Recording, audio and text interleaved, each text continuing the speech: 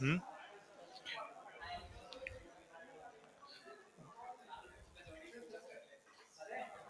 चले। आ- आज क्या हो गया भाई?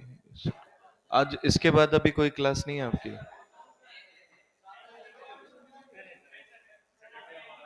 है? सैटरडे ऐसा ना करें।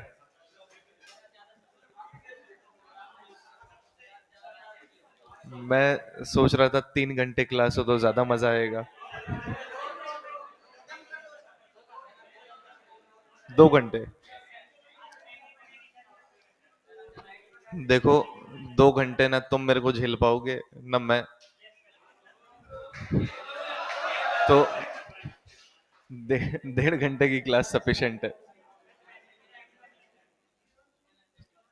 ह्यूमन हेल्थ एंड डिजीज क्या है यार ये?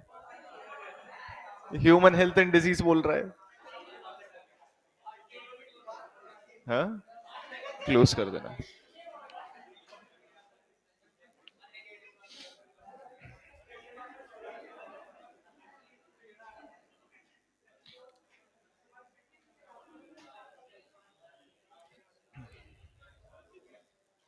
क्या कर रहा है भाई तू?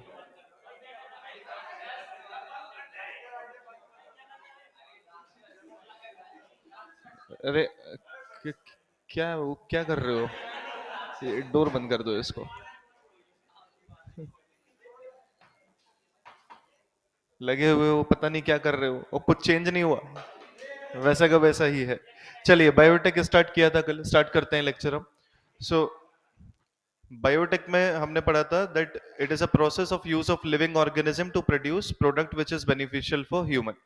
ह्यूमन के बेनिफिट का प्रोडक्ट अगर लिविंग ऑर्गेनिज्म से बनाते हैं तो क्या बोलते हैं? बायोटेक।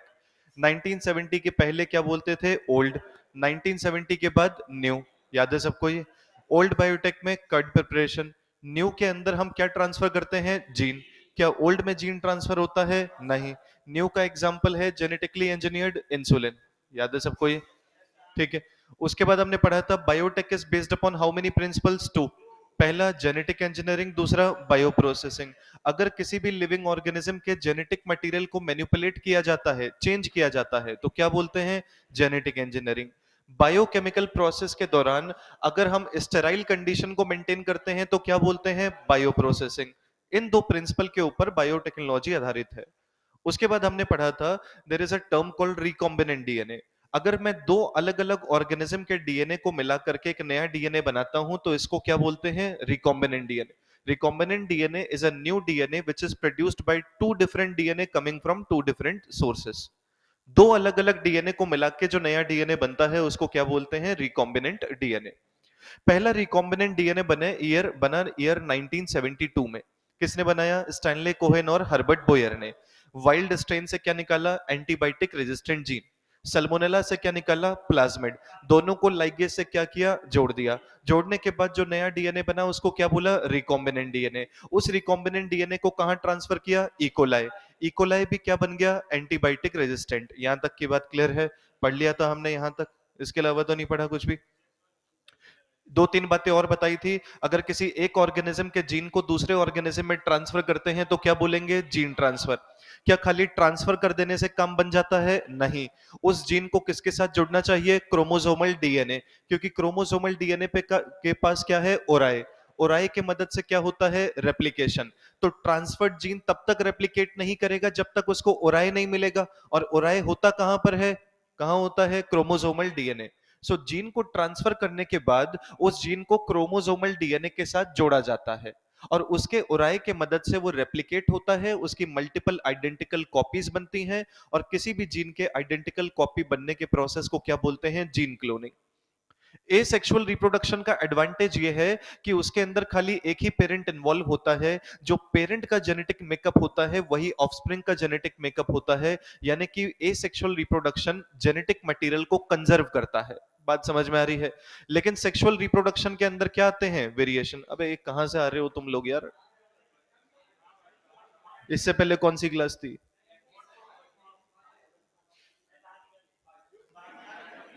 ठीक है, क्लियर है सबको? इतना यहां तक पढ़ लिया था हमने।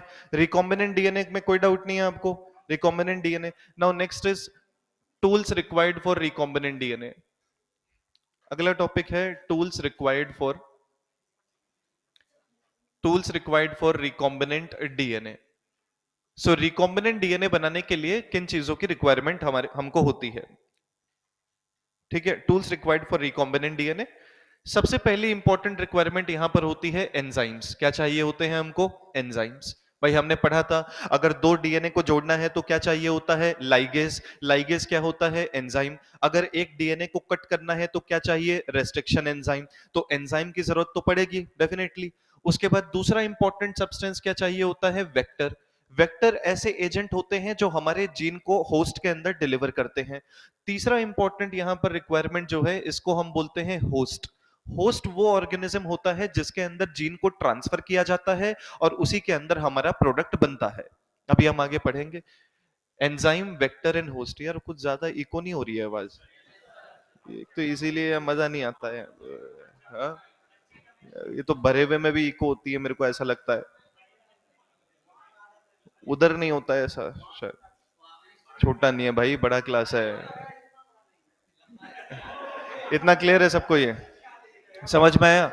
अरे, so there are three things which are required to produce what? Recombinant DNA: enzyme, vector and host. Please ज्यादा टॉपिक पढ़ना है यार, शांत हो जाइए। ठीक है, सबसे पहली रिक्वायरमेंट यहां पर किसकी होती है? Enzymes. First thing which is required is enzymes. सबसे पहले हमको चाहिए होते हैं एंजाइम्स। अच्छा, कौन कौन से एंजाइम चाहिए होते हैं? First type of enzyme which is required is nucleus. सबसे पहला कौन सा एंजाइम चाहिए हमको? न्यूक्लियस। न्यूक्लियस के बारे में सुना है? अच्छा, आपने मॉलिक्यूलर बेसिस में शुरुआत में न्यूक्लिक एसिड के बारे में पढ़ा होगा, याद है या नहीं आपको? न्यूक्लियोटाइड पढ़ा है? न्यूक्लियोटाइड कितने चीजों से मिलकर बना होता है? तीन। सबसे पहले यहां पर क्या होता है? Pentose sugar. मेरे को बताने दो, मैं ज्यादा अच्छा बताऊंगा। ठीक है, ये कौन सी शुगर है? पेंटोज। ये कौन सा कार्बन है? फर्स्ट। फर्स्ट कार्बन पर क्या जुड़ता है? Nitrogenous base. कौन से बॉन्ड से? Glycosidic bond. इस बॉन्ड को क्या बोला जाता है? Glycosidic bond. कोई दिक्कत इसमें? पेंटोज के पहले कार्बन पर क्या लगा? Nitrogenous base. कौन से बॉन्ड से? ग्लाइकोसाइड। ये कौन सा कार्बन? दूसरा। ये तीसरा। ये चौथा। चौथे कार्बन पर क्या आता है? Fifth carbon. और फिफ्थ कार्बन पर क्या होता है? ओएच। क्या होता है यहां पर? ओएच। कोई दिक्कत नहीं। अब यहां पर आपको पता है कौन सा ग्रुप होता है? फॉस्फेट, यानी कि फॉस्फोरिक एसिड। क्या मिलता है यहां पर? Phosphoric acid. क्या फॉस्फोरिक एसिड पर ओएच है? बिल्कुल। क्या फिफ्थ कार्बन पर ओएच है? ये दोनों OH रिएक्ट होंगे तो क्या रिलीज होगा? वाटर। वाटर के रिलीज होने से क्या बनेगा? बॉन्ड। और इस बॉन्ड को हम क्या बोलते हैं? Phosphoester bond. क्या बोलते हैं? फॉस्फोएस्टर। ठीक है, इस बॉन्ड को बोला जाता है फॉस्फोएस्टर बॉन्ड। इसको हम बोलते हैं फॉस्फोएस्टर बॉन्ड। कोई दिक्कत? इन ये तीनों जब आपस में जुड़ते हैं तो इन तीनों को मिला करके जो यूनिट बनती है, इस यूनिट को बोला जाता है न्यूक्लियोटाइड। क्या बोलते हैं इसे? न्यूक्लियोटाइड। कोई दिक्कत इसमें? फर्स्ट कार्बन पर क्या जुड़ा? Nitrogenous base. फिफ्थ कार्बन पर क्या जुड़ा? Phosphate group. तीनों को मिला के क्या बना? न्यूक्लियोटाइड। क्या मैं कह सकता हूं this is first nucleotide? Yes, ये पहला न्यूक्लियोटाइड हो गया। ऐसे ही और भी तो न्यूक्लियोटाइड होते होंगे। मान लीजिए यहां पर दोबारा से क्या है? Pentose sugar. पहले कार्बन पर कौन सा ग्रुप है? Nitrogenous base. पांचवें कार्बन पर क्या होता है? Phosphate group. क्या होता है यहां पर? Phosphate group. याद है या नहीं? पांचवें कार्बन पर क्या मिलेगा आपको? Phosphate group. कोई दिक्कत इसमें? ये भी क्या है हमारा? Nucleotide. This is what? This is second nucleotide. मान लीजिए ये कौन सा न्यूक्लियोटाइड है? सेकंड न्यूक्लियोटाइड है। पता है ये सब या नहीं? पढ़ा है ना? ये पहला न्यूक्लियोटाइड, ये कौन सा है? दूसरा न्यूक्लियोटाइड। अच्छा, यहां पर देखिए भाई, ये कौन सा कार्बन है हमारा? फिफ्थ। ये कौन सा कार्बन है? फर्स्ट। ये कौन सा? सेकंड। ये कौन सा है? थर्ड। क्या थर्ड कार्बन पर HOH होता है? बिल्कुल। थर्ड कार्बन पर OH है या नहीं? क्या फिफ्थ कार्बन पर फॉस्फेट पर OH है?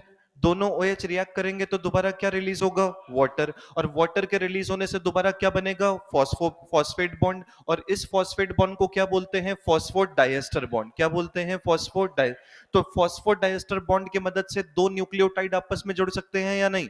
इसके बाद फॉस्फोडाइस्टर बनेगा तो तीसरा, फिर चौथा, पांचवा, ऐसे करके फॉस्फोडाइस्टर की मदद से one after another multiple nucleotides will get connected to each another and it results in formation of long chain of nucleotide। और इसी न्यूक्लियोटाइड की लॉन्ग चेन को क्या बोलते हैं? डीएनए। क्या बोलते हैं इसे? डीएनए। पता है सबको? कोई दिक्कत नहीं है इसमें? ठीक है। So first nucleotide, second, third, fourth, fifth, ये कौन से बॉन्ड से जुड़ते हैं? फॉस्फोडाइएस्टर। ये कौन सा बॉन्ड है हमारे पास? Phosphodiester bond. This is phosphodiester bond. समझ में आ रहा है या नहीं? पक्का क्लियर है? क्या मैं कह सकता हूं कि भाई ये फर्स्ट न्यूक्लियोटाइड है? क्या हम इसको लास्ट न्यूक्लियोटाइड बोल सकते हैं? फर्स्ट न्यूक्लियोटाइड के पहले कोई न्यूक्लियोटाइड है क्या? नहीं। तो यहां पर कौन सा ग्रुप फ्री होगा? 5 प्राइम। यहां पर कौन सा ग्रुप फ्री होगा? 3 प्राइम। पता है या नहीं सबको ये? So nucleotides are connected to each other by which bond? Phosphodiester. कौन सा बॉन्ड? फॉस्फोडाइएस्टर। न्यूक्लियस वो एंजाइम होते हैं, न्यूक्लियस वो एंजाइम होते हैं जो इस फॉस्फोडाइएस्टर बॉन्ड को ब्रेक कर देते हैं, फॉस्फोडाइएस्टर बॉन्ड को ब्रेक कर देते हैं। अगर मैं इस फॉस्फोडाइएस्टर बॉन्ड को ब्रेक कर दूं तो ये बड़ा डीएनए का फ्रैगमेंट छोटे छोटे फ्रैगमेंट्स में डिवाइड हो जाएगा या नहीं? बात समझ में आ रही है? तो न्यूक्लियस कौन से एंजाइम होते हैं? These are the enzymes which can break, कौन सा बॉन्ड तोड़ते हैं ये? They can break phosphodiester bond. They can break phosphodiester bond. So these are the enzymes which can break phosphodiester bond. Nucleus कौन से बॉन्ड को तोड़ता है? फॉस्फोडाइस्टर बॉन्ड को तोड़ता है। क्लियर है सबको? और फॉस्फोडाइस्टर बॉन्ड को ब्रेक करके ये एक बड़े फ्रैगमेंट को छोटे छोटे फ्रैगमेंट में डिवाइड कर सकता है। So we can say that it can break DNA into smaller fragments. It can break DNA into smaller fragments. It can break DNA into smaller fragments. तो ये डीएनए को छोटे फ्रैगमेंट्स में डिवाइड कर देता है। क्लियर है सबको ये? कोई दिक्कत इसमें? न्यूक्लियस समझ में आया? कौन सा बॉन्ड तोड़ेगा? फॉस्फोडाइस्टर। डीएनए को किस में ब्रेक करेगा? फ्रैगमेंट्स में। किस में ब्रेक कर देता है? फ्रैगमेंट्स में ब्रेक कर देता है। कोई दिक्कत इसमें? नहीं। अब न्यूक्लियस अलग अलग टाइप के हो सकते हैं। There can be different types of nucleus. Like first type of nucleus is called exonucleus. इनको हम क्या बोलते हैं? Exonucleus. So first type of nucleuses are called exonucleus. Second type of nucleuses are called endonucleus. इनको क्या बोला जाता है? एंडोन्यूक्लियस। सो दो प्रकार के न्यूक्लियस होते हैं, एंडो और एक्सो। अच्छा, है तो दोनों न्यूक्लियस, इसका मतलब दोनों कौन सा बॉन्ड तोड़ेंगे? फॉस्फोडाइएस्टर। लेकिन फॉस्फोडाइएस्टर बॉन्ड तोड़ने का तरीका अलग होता है। अब यहां पर देखिए आप, let's say this is nucleotide, these nucleotides are connected to each other by which bond? Phosphodiester. भाई ये वाला एंड कौन सा होगा? 5 प्राइम। ये वाला एंड कौन सा होगा? 3 प्राइम। कोई दिक्कत है इसमें? ध्यान से सुनना। अच्छा, एक्सोन्यूक्लियस वो एंजाइम होते हैं जो फॉस्फोडाइएस्टर बॉन्ड को तोड़ते तो हैं, लेकिन कहां से तोड़ेंगे? एंड से। कहां से तोड़ते हैं? एंड से। अगर फॉस्फोडाइएस्टर बॉन्ड को एंड से तोड़ा जाएगा तो क्या मैं कह सकता हूं इंडिविजुअल न्यूक्लियोटाइड निकलेगा या फ्रैगमेंट निकलेगा? भाई अगर यहां पर ये न्यूक्लियोटाइड का सीक्वेंस है हमारे पास, अगर मैं इसको एंड से तोड़ूंगा तो एक इंडिविजुअल न्यूक्लियोटाइड निकलेगा या फ्रैगमेंट्स निकलेंगे? न्यूक्लियोटाइड निकलेगा। बात समझ में आ रही है? लेकिन चाहिए क्या हमको? फ्रैगमेंट। हमको डीएनए को किसमें ब्रेक करना है? Smaller fragment. लेकिन अगर मैं एंड से तोड़ता हूं तो फ्रैगमेंट की जगह क्या निकलते हैं? न्यूक्लियोटाइड। क्या निकलते हैं? न्यूक्लियोटाइड। बात समझ में आ रही है? कोई भी ऐसा न्यूक्लियस जो डीएनए को एंड से कट करे उसको हम क्या बोलेंगे? एक्सोन्यूक्लियस। क्या बोलते हैं इसे? एक्सोन्यूक्लियस। सो एक्सोन्यूक्लियस की प्रॉपर्टी क्या होती है? these are the enzymes which break these are the enzymes which break phosphodiester bond. These are the enzymes which break phosphodiester bond from ends. ये फॉस्फोडाइएस्टर बॉन्ड को तोड़ता तो है, लेकिन कहां से तोड़ेगा? एंड से। यानी कि हम कह सकते हैं it cut DNA from ends. It cut DNA from ends. अब ये एंड कुछ भी हो सकता है, 5 प्राइम भी या 3 प्राइम भी। बात समझ में आई? अगर कोई भी एंजाइम एंड से कट करेगा तो क्या बोलेंगे उसे? एक्सो। एक्सो का मतलब बाहर से। बाहर मतलब किधर? एंड से। बात समझ में आ रही है? और जब ये डीएनए को कट करता है तो फ्रैगमेंट रिलीज होंगे या न्यूक्लियोटाइड रिलीज होते हैं? So it results in release out of nucleotides. क्या रिलीज होते हैं यहां से? न्यूक्लियोटाइड्स रिलीज होते हैं। क्लियर है सबको ये? कोई दिक्कत है इसमें? समझ में आया एक्सोन्यूक्लियस? पक्का ना? कोई दिक्कत नहीं है इसमें? अब आ जाइए एंडोन्यूक्लियस पर। यहां पर भी मान लीजिए हमारे पास न्यूक्लियोटाइड्स हैं connected to each other by which bond? कौन से बॉन्ड से जुड़े हैं ये? Phosphodiester bond. ये कौन सा एंजाइम है? एंडोन्यूक्लियस। अब एंडोन्यूक्लियस वो एंजाइम होते हैं जो फॉस्फोडाइएस्टर बॉन्ड को एंड से ना तोड़ करके कहीं डीएनए के बीच में कट करते हैं। कहां पर कट करते हैं? बीच में। They cut with in the DNA, not from end. अगर एंड से काट रहा है तो क्या बोलोगे? एक्सो। अगर विद इन अंदर से काट रहा है तो क्या बोलोगे? एंडो। एंड से काटा तो एक्सो, अंदर से काटा तो एंडो। याद रहेगा। अब आप देखिए, अगर मैं फॉस्फोडाइएस्टर बॉन्ड को बीच में से कट करूंगा, अगर मैं इसको डीएनए के अंदर से कट करूंगा, तो न्यूक्लियोटाइड रिलीज होंगे या फ्रैगमेंट रिलीज होंगे? क्या रिलीज हो रहे हैं? फ्रैगमेंट। तो मैंने एक बड़े डीएनए के सेगमेंट को मैंने छोटे छोटे फ्रैगमेंट्स में डिवाइड किया या नहीं? दोनों के बीच में डिफरेंस है न्यूक्लियस होने के बाद भी। बात समझ में आ रही है या नहीं? वो कहां से काटता है? एंड से। ये कहां से काटता है? अंदर से। वो कट करेगा तो क्या रिलीज होगा? न्यूक्लियोटाइड। ये कट करेगा तो क्या रिलीज होगा? फ्रैगमेंट। समझ में आ रही है बात या नहीं? तो ये क्या होते हैं? Endonuclease. These are the enzymes which break phosphodiester bond. These are the enzymes which break phosphodiester bond within DNA, not from end, within DNA. These are the enzymes which break phosphodiester bond within DNA. या हम कह सकते हैं these are the enzymes which cut within DNA. कहां पर काटते हैं ये? डीएनए के अंदर। दे कट विद इन डीएनए। और जब ये कट करते हैं तो क्या रिलीज होता है? It results in release out of what? Smaller fragments of DNA. It results in release out of smaller fragment of DNA. Smaller fragments of DNA. तो एंडोन्यूक्लियस काटता है तो क्या रिलीज होते हैं? फ्रैगमेंट। समझ में आ रहा है या नहीं? पक्का क्लियर है? न्यूक्लियस कौन सा बॉन्ड तोड़ता है? फॉस्फोडाइस्टर। एंड से तोड़ेगा तो एक्सो, बीच में तोड़ेगा तो एंडो। न्यूक्लियोटाइड रिलीज हो रहे हैं तो एक्सो, फ्रैगमेंट्स रिलीज हो रहे हैं तो एंडो। क्लियर है सबको? ये दो प्रकार के न्यूक्लियस होते हैं। कोई डाउट इसमें? नहीं। ठीक है। अब एक और चीज देखिए, एक्सो एंडोन्यूक्लियस क्लियर है। अब एंडोन्यूक्लियस में भी कुछ एंजाइम होते हैं जिनको हम बोलते हैं रेस्ट्रिक्शन एंडोन्यूक्लियस। क्या बोला जाता है इन्हें? Restriction endonuclease. एंडोन्यूक्लियस के बारे में तो अभी मैंने आपको बताया, सफिशिएंट नॉलेज है आपको इसकी। एंडोन्यूक्लियस वो एंजाइम होते हैं जो एंड पर कट करेंगे या विद इन डीएनए कट करेंगे? विद इन डीएनए कट करेंगे। लेकिन मैंने इसको रेस्ट्रिक्शन क्यों बोला? रेस्ट्रिक्शन एंडोन्यूक्लियस में ऐसी क्या खासियत होती है? हाँ, कोई कुछ बोल रहा है? अब वो तो ठीक है, रेस्ट्रिक्शन क्यों बोल रहे हैं? सुनो एक मिनट के लिए, ये मत लिखना। देखो एक मिनट, आपने बायोलॉजिकल क्लासिफिकेशन पढ़ा होगा। बायोलॉजिकल क्लासिफिकेशन वगैरह में आपने शायद वायरस के बारे में भी पढ़ा होगा, वो शुरुआती कुछ चैप्टर में है। वायरस, वायरॉइड्स, प्रियॉन्स और भी बैक्टीरियोफेज पढ़ा है ये सब या नहीं? कोई भी ऐसा वायरस जो बैक्टीरिया को इन्फेक्ट करता है, सुन लो भाई ध्यान से, कोई भी ऐसा वायरस जो बैक्टीरिया को इन्फेक्ट करता है उसे क्या बोलते हैं? बैक्टीरियोफेज। क्या बोला जाता है इसे? और वायरस में होती क्या है? सबसे पहले किसकी कवरिंग होती है? प्रोटीन। तो क्या मैं इसको प्रोटीन कोट बोल सकता हूं? बिल्कुल। अंदर वाले एरिया को क्या बोलते हैं? कोर। कोर के अंदर क्या होता है? डीएनए या आरएनए, यानी कि जेनेटिक मटेरियल। यहां पर क्या होती हैं? सिरिंजेस, या इनको हम और क्या बोल सकते हैं? निडल। इस वायरस को क्या बोला जाता है? बैक्टीरियोफेज। क्या बोलते हैं इसे? बैक्टीरियोफेज। बैक्टीरियोफेज का मतलब वो वायरस जो किसको इन्फेक्ट करेगा? बैक्टीरिया। कोई भी ऐसा वायरस जो बैक्टीरिया को इन्फेक्ट करता है उसे क्या बोलते हैं? बैक्टीरियोफेज। मान लीजिए मेरे पास ये क्या है? Bacteria. Let's say this bacteria is called what? E coli. इसको हमने क्या बोला? इकोलाई। बैक्टीरियोफेज इकोलाई के सरफेस पर अटैच होता है, उसके बाद यहां पर पोर क्रिएट करता है। पोर क्रिएट करने के बाद अपने जेनेटिक मटेरियल को कहां पर रिलीज कर देता है? बैक्टीरिया में। कहां रिलीज कर दिया? बैक्टीरिया। बात समझ में आ रही है? क्या ये बैक्टीरिया को इन्फेक्ट कर रहा है? बिल्कुल। It will attach on the surface of bacteria. उसमें क्या क्रिएट किया? पोर। और उस पोर से क्या रिलीज कर दिया? Genetic material. जैसे ही वायरस ने अपना डीएनए बैक्टीरिया में रिलीज किया, अब ये बैक्टीरिया के एंजाइम को यूज करके अपने डीएनए की मल्टीपल कॉपीज बनाएगा। क्या बनाएगा? अपने डीएनए की मल्टीपल कॉपीज बनाएगा। तो वायरस के डीएनए की कॉपी बढ़ी या नहीं?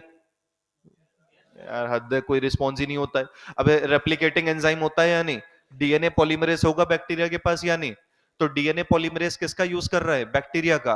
और मल्टीप्लाई किसकी कॉपी हो रही है? वायरस के डीएनए की। और जब वायरस के बहुत सारे डीएनए बन जाते हैं तो डीएनए के बाद क्या होता है? ट्रांसक्रिप्शन। ट्रांसक्रिप्शन होगा तो इस डीएनए से क्या बन जाएगा? आरएनए। आरएनए से क्या होता है? ट्रांसलेशन। ट्रांसलेशन होगा तो क्या बनेगा? प्रोटीन। प्रोटीन अरेंज होकर के क्या बना लेगा? कोटिंग। और एक बार जब प्रोटीन की कोटिंग बनी तो क्या मैं कह सकता हूं कि बैक्टीरिया के अंदर नए वायरस रेडी हो गए? बैक्टीरिया के अंदर नए वायरस बन गए या नहीं? तो क्या हम कह सकते हैं इस वायरस ने बैक्टीरिया को यूज किया खुद को मल्टीप्लाई करने के लिए? कुछ समय बाद ये बैक्टीरिया पूरी तरीके से किससे भर जाएगा? वायरस से। और जब ये पूरी तरीके से वायरस से भर जाता है तो बैक्टीरियल सेल क्या हो जाएगा? बर्स्ट। और बर्स्ट होने के बाद ये वायरस कहां रिलीज हो जाएंगे? बाहर। और बाहर रिलीज होने के बाद ये दूसरे बैक्टीरिया को इन्फेक्ट करेंगे। इस तरीके से तो सारे बैक्टीरिया खत्म हो जाएंगे। बात समझ में आ रही है या नहीं? तो बैक्टीरियोफेज ने बैक्टीरिया को क्या किया? यूज। किस लिए यूज किया? मल्टीप्लाई करने के लिए, अपने नंबर को बढ़ाने के लिए। बात समझ में आ रही है? लेकिन इस प्रोसेस में बैक्टीरिया क्या हो जाता है? खत्म। क्लियर है सबको? अब अगर ऐसे वायरस बैक्टीरिया को मारते रहेंगे तब तो बैक्टीरिया की कॉलोनी ही खत्म हो जाएगी। जब बार बार कोई खतरा आता है तो बॉडी उसके खिलाफ क्या करती है? अडेप्टेशन डेवलप करती है। तो बैक्टीरिया की जब पॉपुलेशन कम होने लगी तो बैक्टीरिया ने अपने अंदर एक एंजाइम बनाना स्टार्ट कर दिया और इस एंजाइम को हम बोलने लग गए रेस्ट्रिक्शन एंजाइम। क्या बोलते हैं इसे? Restriction enzyme. या और क्या बोल सकते हैं? Restriction endonuclease. क्या बोल सकते हैं? Restriction endonuclease. बात समझ में आ रही है या नहीं? एंडोन्यूक्लियस डीएनए को क्या करता है? कट। एंड से कट करेगा या बीच में कट करेगा? बीच में कट करेगा। अब देखिए यहां पर क्या आया? बैक्टीरियोफेज। बैक्टीरियोफेज कहां पर अटैच होगा? बैक्टीरिया के सरफेस पर। अटैच होने के बाद क्या रिलीज करेगा? डीएनए। डीएनए को मल्टीप्लाई करके उसकी कॉपीज को क्या करने की कोशिश करेगा? बढ़ाएगा। बात समझ में आ रही है? लेकिन बैक्टीरिया के पास ऑलरेडी क्या है? Restriction endonuclease. एंडोन्यूक्लियस डीएनए से क्या करेगा? बाइंड। और इसको बीच में से क्या कर देगा? कट। तो इसके छोटे छोटे फ्रैगमेंट हो गए या नहीं? क्या अब ये डीएनए मल्टीप्लाई हो सकता है? क्या अब इस डीएनए का ट्रांसक्रिप्शन या ट्रांसलेशन हो सकता है? क्या प्रोटीन बनेगा? क्या कोटिंग बन सकती है? नए वायरस बनेंगे? नहीं। तो इस एंजाइम के मदद से हमने वायरस की ग्रोथ को, वायरस के मल्टीप्लिकेशन को रोक दिया, रेस्ट्रिक्ट कर दिया या नहीं? इसीलिए इन एंजाइम्स को क्या बोला जाता है? Restriction enzyme. क्या बोलते हैं? रेस्ट्रिक्शन। रेस्ट्रिक्शन का मतलब रोकना। क्या रोका जा रहा है? वायरस का मल्टीप्लिकेशन, वायरस की ग्रोथ को रोका जा रहा है। किसके अंदर? बैक्टीरिया के अंदर। तो इस तरीके से बैक्टीरिया अपने आप को बचा सकता है या नहीं? तो क्या हम कह सकते हैं कि ये बैक्टीरिया में एक नेचुरल डिफेंसिव मैकेनिज्म है? ये बैक्टीरिया का अपना एक ऐसा मैकेनिज्म है जो बैक्टीरिया को वायरस से बचाता है। क्लियर है सबको या नहीं? इसीलिए इनके आगे हमने क्या वर्ड लगा दिया? Restriction. Why restriction? Because it restricts multiplication of virus. Clear है सबको? ये होता कौन सा एंजाइम है? एंडोन्यूक्लियस। कट कहां पर करेगा? With in the DNA. Clear है? समझ में आया सबको? अच्छा, तो ये मिलता कहां पर है? बैक्टीरिया में। किसकी तरह काम कर रहा है? Defensive mechanism. लेकिन बैक्टीरिया के अंदर से इसको निकाल के हम अपने फायदे के लिए यूज करते हैं। तो क्या हुआ? ये बायोटेक्नोलॉजी। किसी भी लिविंग ऑर्गेनिज्म के प्रोडक्ट को अगर आप यूज करते हो अपने फायदे के लिए तो उस ब्रांच को क्या बोला जाता है? तो ये बायोटेक का एक एप्लीकेशन है या नहीं? बिल्कुल। समझ में आया ये? पक्का क्लियर है सबको ये? तो यहां पर एक एक पॉइंट याद रखना, एनसीईआरटी में दिया है ये, दैट इन ईयर 1963 में बैक्टीरिया के अंदर से दो अलग अलग एंजाइम को आइसोलेट किया गया। इन 1963 to different in 1963 two different types of enzymes two different types of enzymes were isolated from bacteria. Two different types of enzymes were isolated from bacteria. Bacteria यानी कि कौन से बैक्टीरिया से निकाला गया? इकोलाई। बात समझ में आ रही है? 1963 में बैक्टीरिया यानी कि इकोलाई के अंदर से दो अलग अलग एंजाइम्स को निकाला गया। बात समझ में आ रही है? इनमें से जो पहला एंजाइम था, इस पहले एंजाइम को हमने क्या बोला? Restriction enzyme. या और क्या बोल सकते हैं? Restriction endonuclease. क्या बोलते हैं इसे? Restriction endonucleus.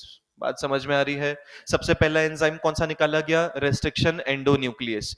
इसका काम क्या होता है बताइए? Its main function is, bacteria में इसका फंक्शन क्या है?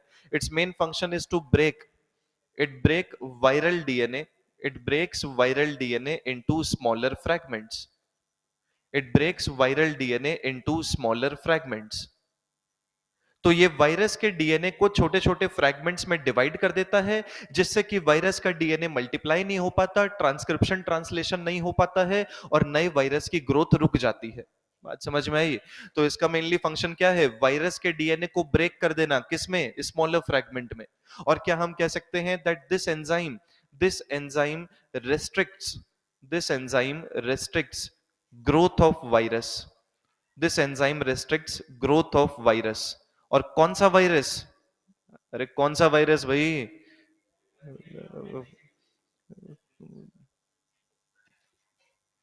क्या खा के आते हो तुम लोग? हाँ, दाल चावल, गाजर का हलवा। अमीर है वो यार, दोपहर को गाजर का हलवा खा रहा है ये। तुम्हारी मेस में गाजर का हलवा भी मिलता है? अच्छा, घर पे रहता है। तब तो सही है यार, तुम और लेके आया करो, बांटा करो सबको। ये कोई तरीका थोड़ी ना है अपने आप खा लिया। कोटा का होने का कम से कम ये तो एडवांटेज दो तुम अपने दोस्तों को।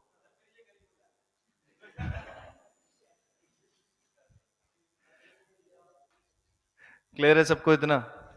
समझ में आया रेस्ट्रिक्शन एंडोन्यूक्लियस? देखो यार, कुछ बोलना है तो आगे आके बैठो, मेरे को उतनी दूर से सुनाई नहीं देता है। तो कुछ उल्टा सीधा भी बोलोगे तो मैं नहीं सुन पाऊंगा यहाँ से। आगे बैठो आकर के, फिर बोलो। हाँ, सुन के मैं करूंगा तो बहुत बहुत कुछ, अगर मैंने सुन लिया तो। तुम इमेजिन नहीं कर सकते, बस जस्ट इमेजिन। ठीक है, समझ में आया भाई? ये क्लियर है सबको ये? तो पहला एंजाइम जो निकाला गया वो क्या करता था? वायरस के डीएनए को कट करता था, उसके मल्टीप्लिकेशन को रोकता था, उसकी ग्रोथ को रोकता था, इसीलिए इसको हमने क्या बोला? Restriction endonuclease. समझ में आ रहा है या नहीं? अच्छा, एक बात सुनिए, सुनो एक मिनट के लिए। भाई, बैक्टीरियोफेज अटैच हुआ, अपने डीएनए को रिलीज किया। बैक्टीरिया के पास क्या है? Restriction endonuclease. इसके मदद से वायरस के डीएनए को क्या कर दिया गया? डाइजेस्ट, ब्रेक कर दिया गया। कोई दिक्कत इसमें नहीं। लेकिन जब वायरस का डीएनए ब्रेक हो सकता है, तो बैक्टीरिया के पास अपना खुद का भी तो डीएनए है। तो बैक्टीरिया के डीएनए को भी तो क्लीव किया जा सकता है, बैक्टीरिया के डीएनए को भी तो डाइजेस्ट कर देगा ये एंजाइम। लेकिन क्या ऐसा होता है? नहीं। क्योंकि बैक्टीरिया के अंदर एक और एंजाइम पाया जाता है। इस एंजाइम को हम बोलते हैं मिथाइलेज। मेरी बात ध्यान से सुनना। इस एंजाइम को हम क्या बोलते हैं? मिथाइलेज। मिथाइलेज का काम होता है क्या ऐड करना? Methyl group. क्या ऐड करना? मिथाइल। और ये मिथाइल ग्रुप को कहां पर ऐड करता है? Bacterial DNA. Methylase enzyme bacteria के डीएनए के ऊपर क्या ऐड कर देता है? Methyl group. और मिथाइल ग्रुप के वजह से, सुनिए ध्यान से, मिथाइल ग्रुप के वजह से रेस्ट्रिक्शन एंडोन्यूक्लियस बैक्टीरिया के डीएनए के साथ बाइंड नहीं हो पाता। क्लियर है सबको? भाई, जब वायरस के डीएनए को तोड़ रहा है तो बैक्टीरिया के डीएनए को भी तोड़ सकता है। दोनों हैं तो डीएनए ही। लेकिन बैक्टीरिया के डीएनए के ऊपर क्या जुड़ा हुआ है? मिथाइल। मिथाइल होने की वजह से रेस्ट्रिक्शन एंजाइम उसके ऊपर काम नहीं करता। बात समझ में आ रही है? लेकिन जो बाहर से डीएनए आ रहा है, क्या उसके ऊपर मिथाइल ग्रुप है? नहीं। बात समझ में आई? पक्का क्लियर है? तो दूसरा एंजाइम कौन सा होता है? दूसरा कौन सा एंजाइम मिला बैक्टीरिया के अंदर? Methylase. Second type of enzyme that was isolated was methylase. और मिथाइलेज का फंक्शन क्या होता है? बताइए जल्दी। Its main function is addition of which group? Addition of methyl group. कौन सा ग्रुप ऐड किया जाता है? Methyl group. कौन से डीएनए पर? वायरस के या बैक्टीरिया के? Bacteria. So it is responsible for addition of methyl group on bacterial DNA. So ये बैक्टीरिया के डीएनए के ऊपर मिथाइल ग्रुप को ऐड कर देता है, जिसके वजह से रेस्ट्रिक्शन एंजाइम इसके ऊपर काम नहीं करता। बात समझ में आई? पक्का क्लियर है सबको? तो क्या मैं कह सकता हूं that this methylase protects bacterial DNA? Methylase protects bacterial DNA. ये बैक्टीरियल डीएनए को क्या करता है? प्रोटेक्ट करता है। By getting by getting digested from by getting digested from which enzyme? restriction enzyme. By getting digested from which enzyme? Restriction enzyme.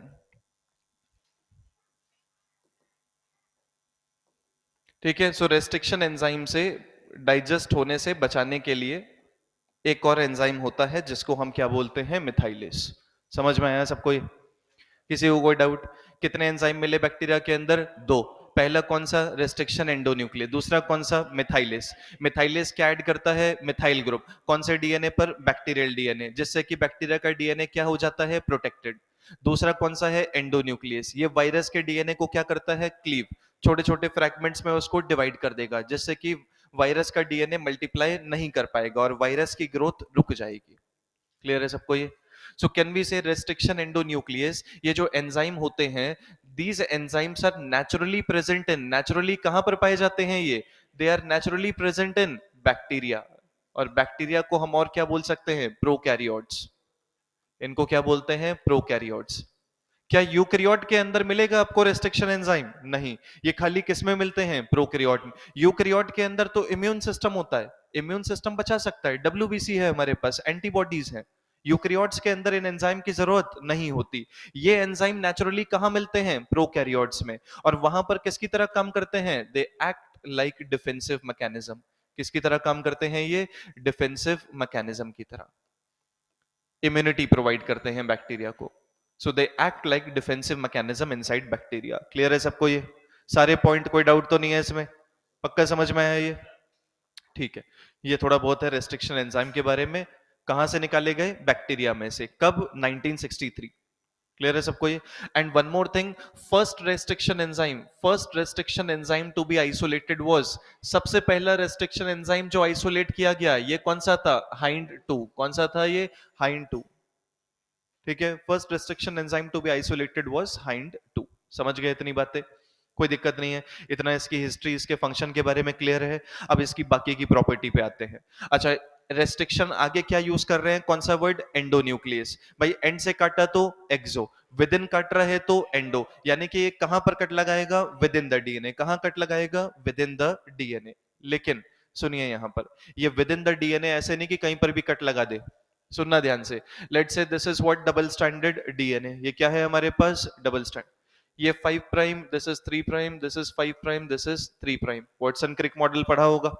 DNA is always double standard, both the strand run anti-parallel to each another, both the strands are connected to each another by hydrogen bond, both the strands are helically coiled around each another। पढ़ा है ये सब या नहीं?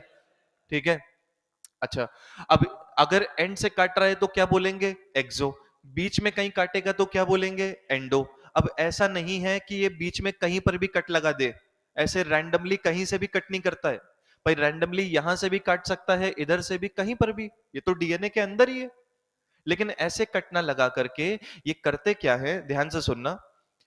Double standard DNA के ऊपर एक particular sequence होता है। क्या होता है? सीक्वेंस। मान लीजिए adenine, thymine, guanine, cytosine, adenine, ये क्या है? एक सीक्वेंस है।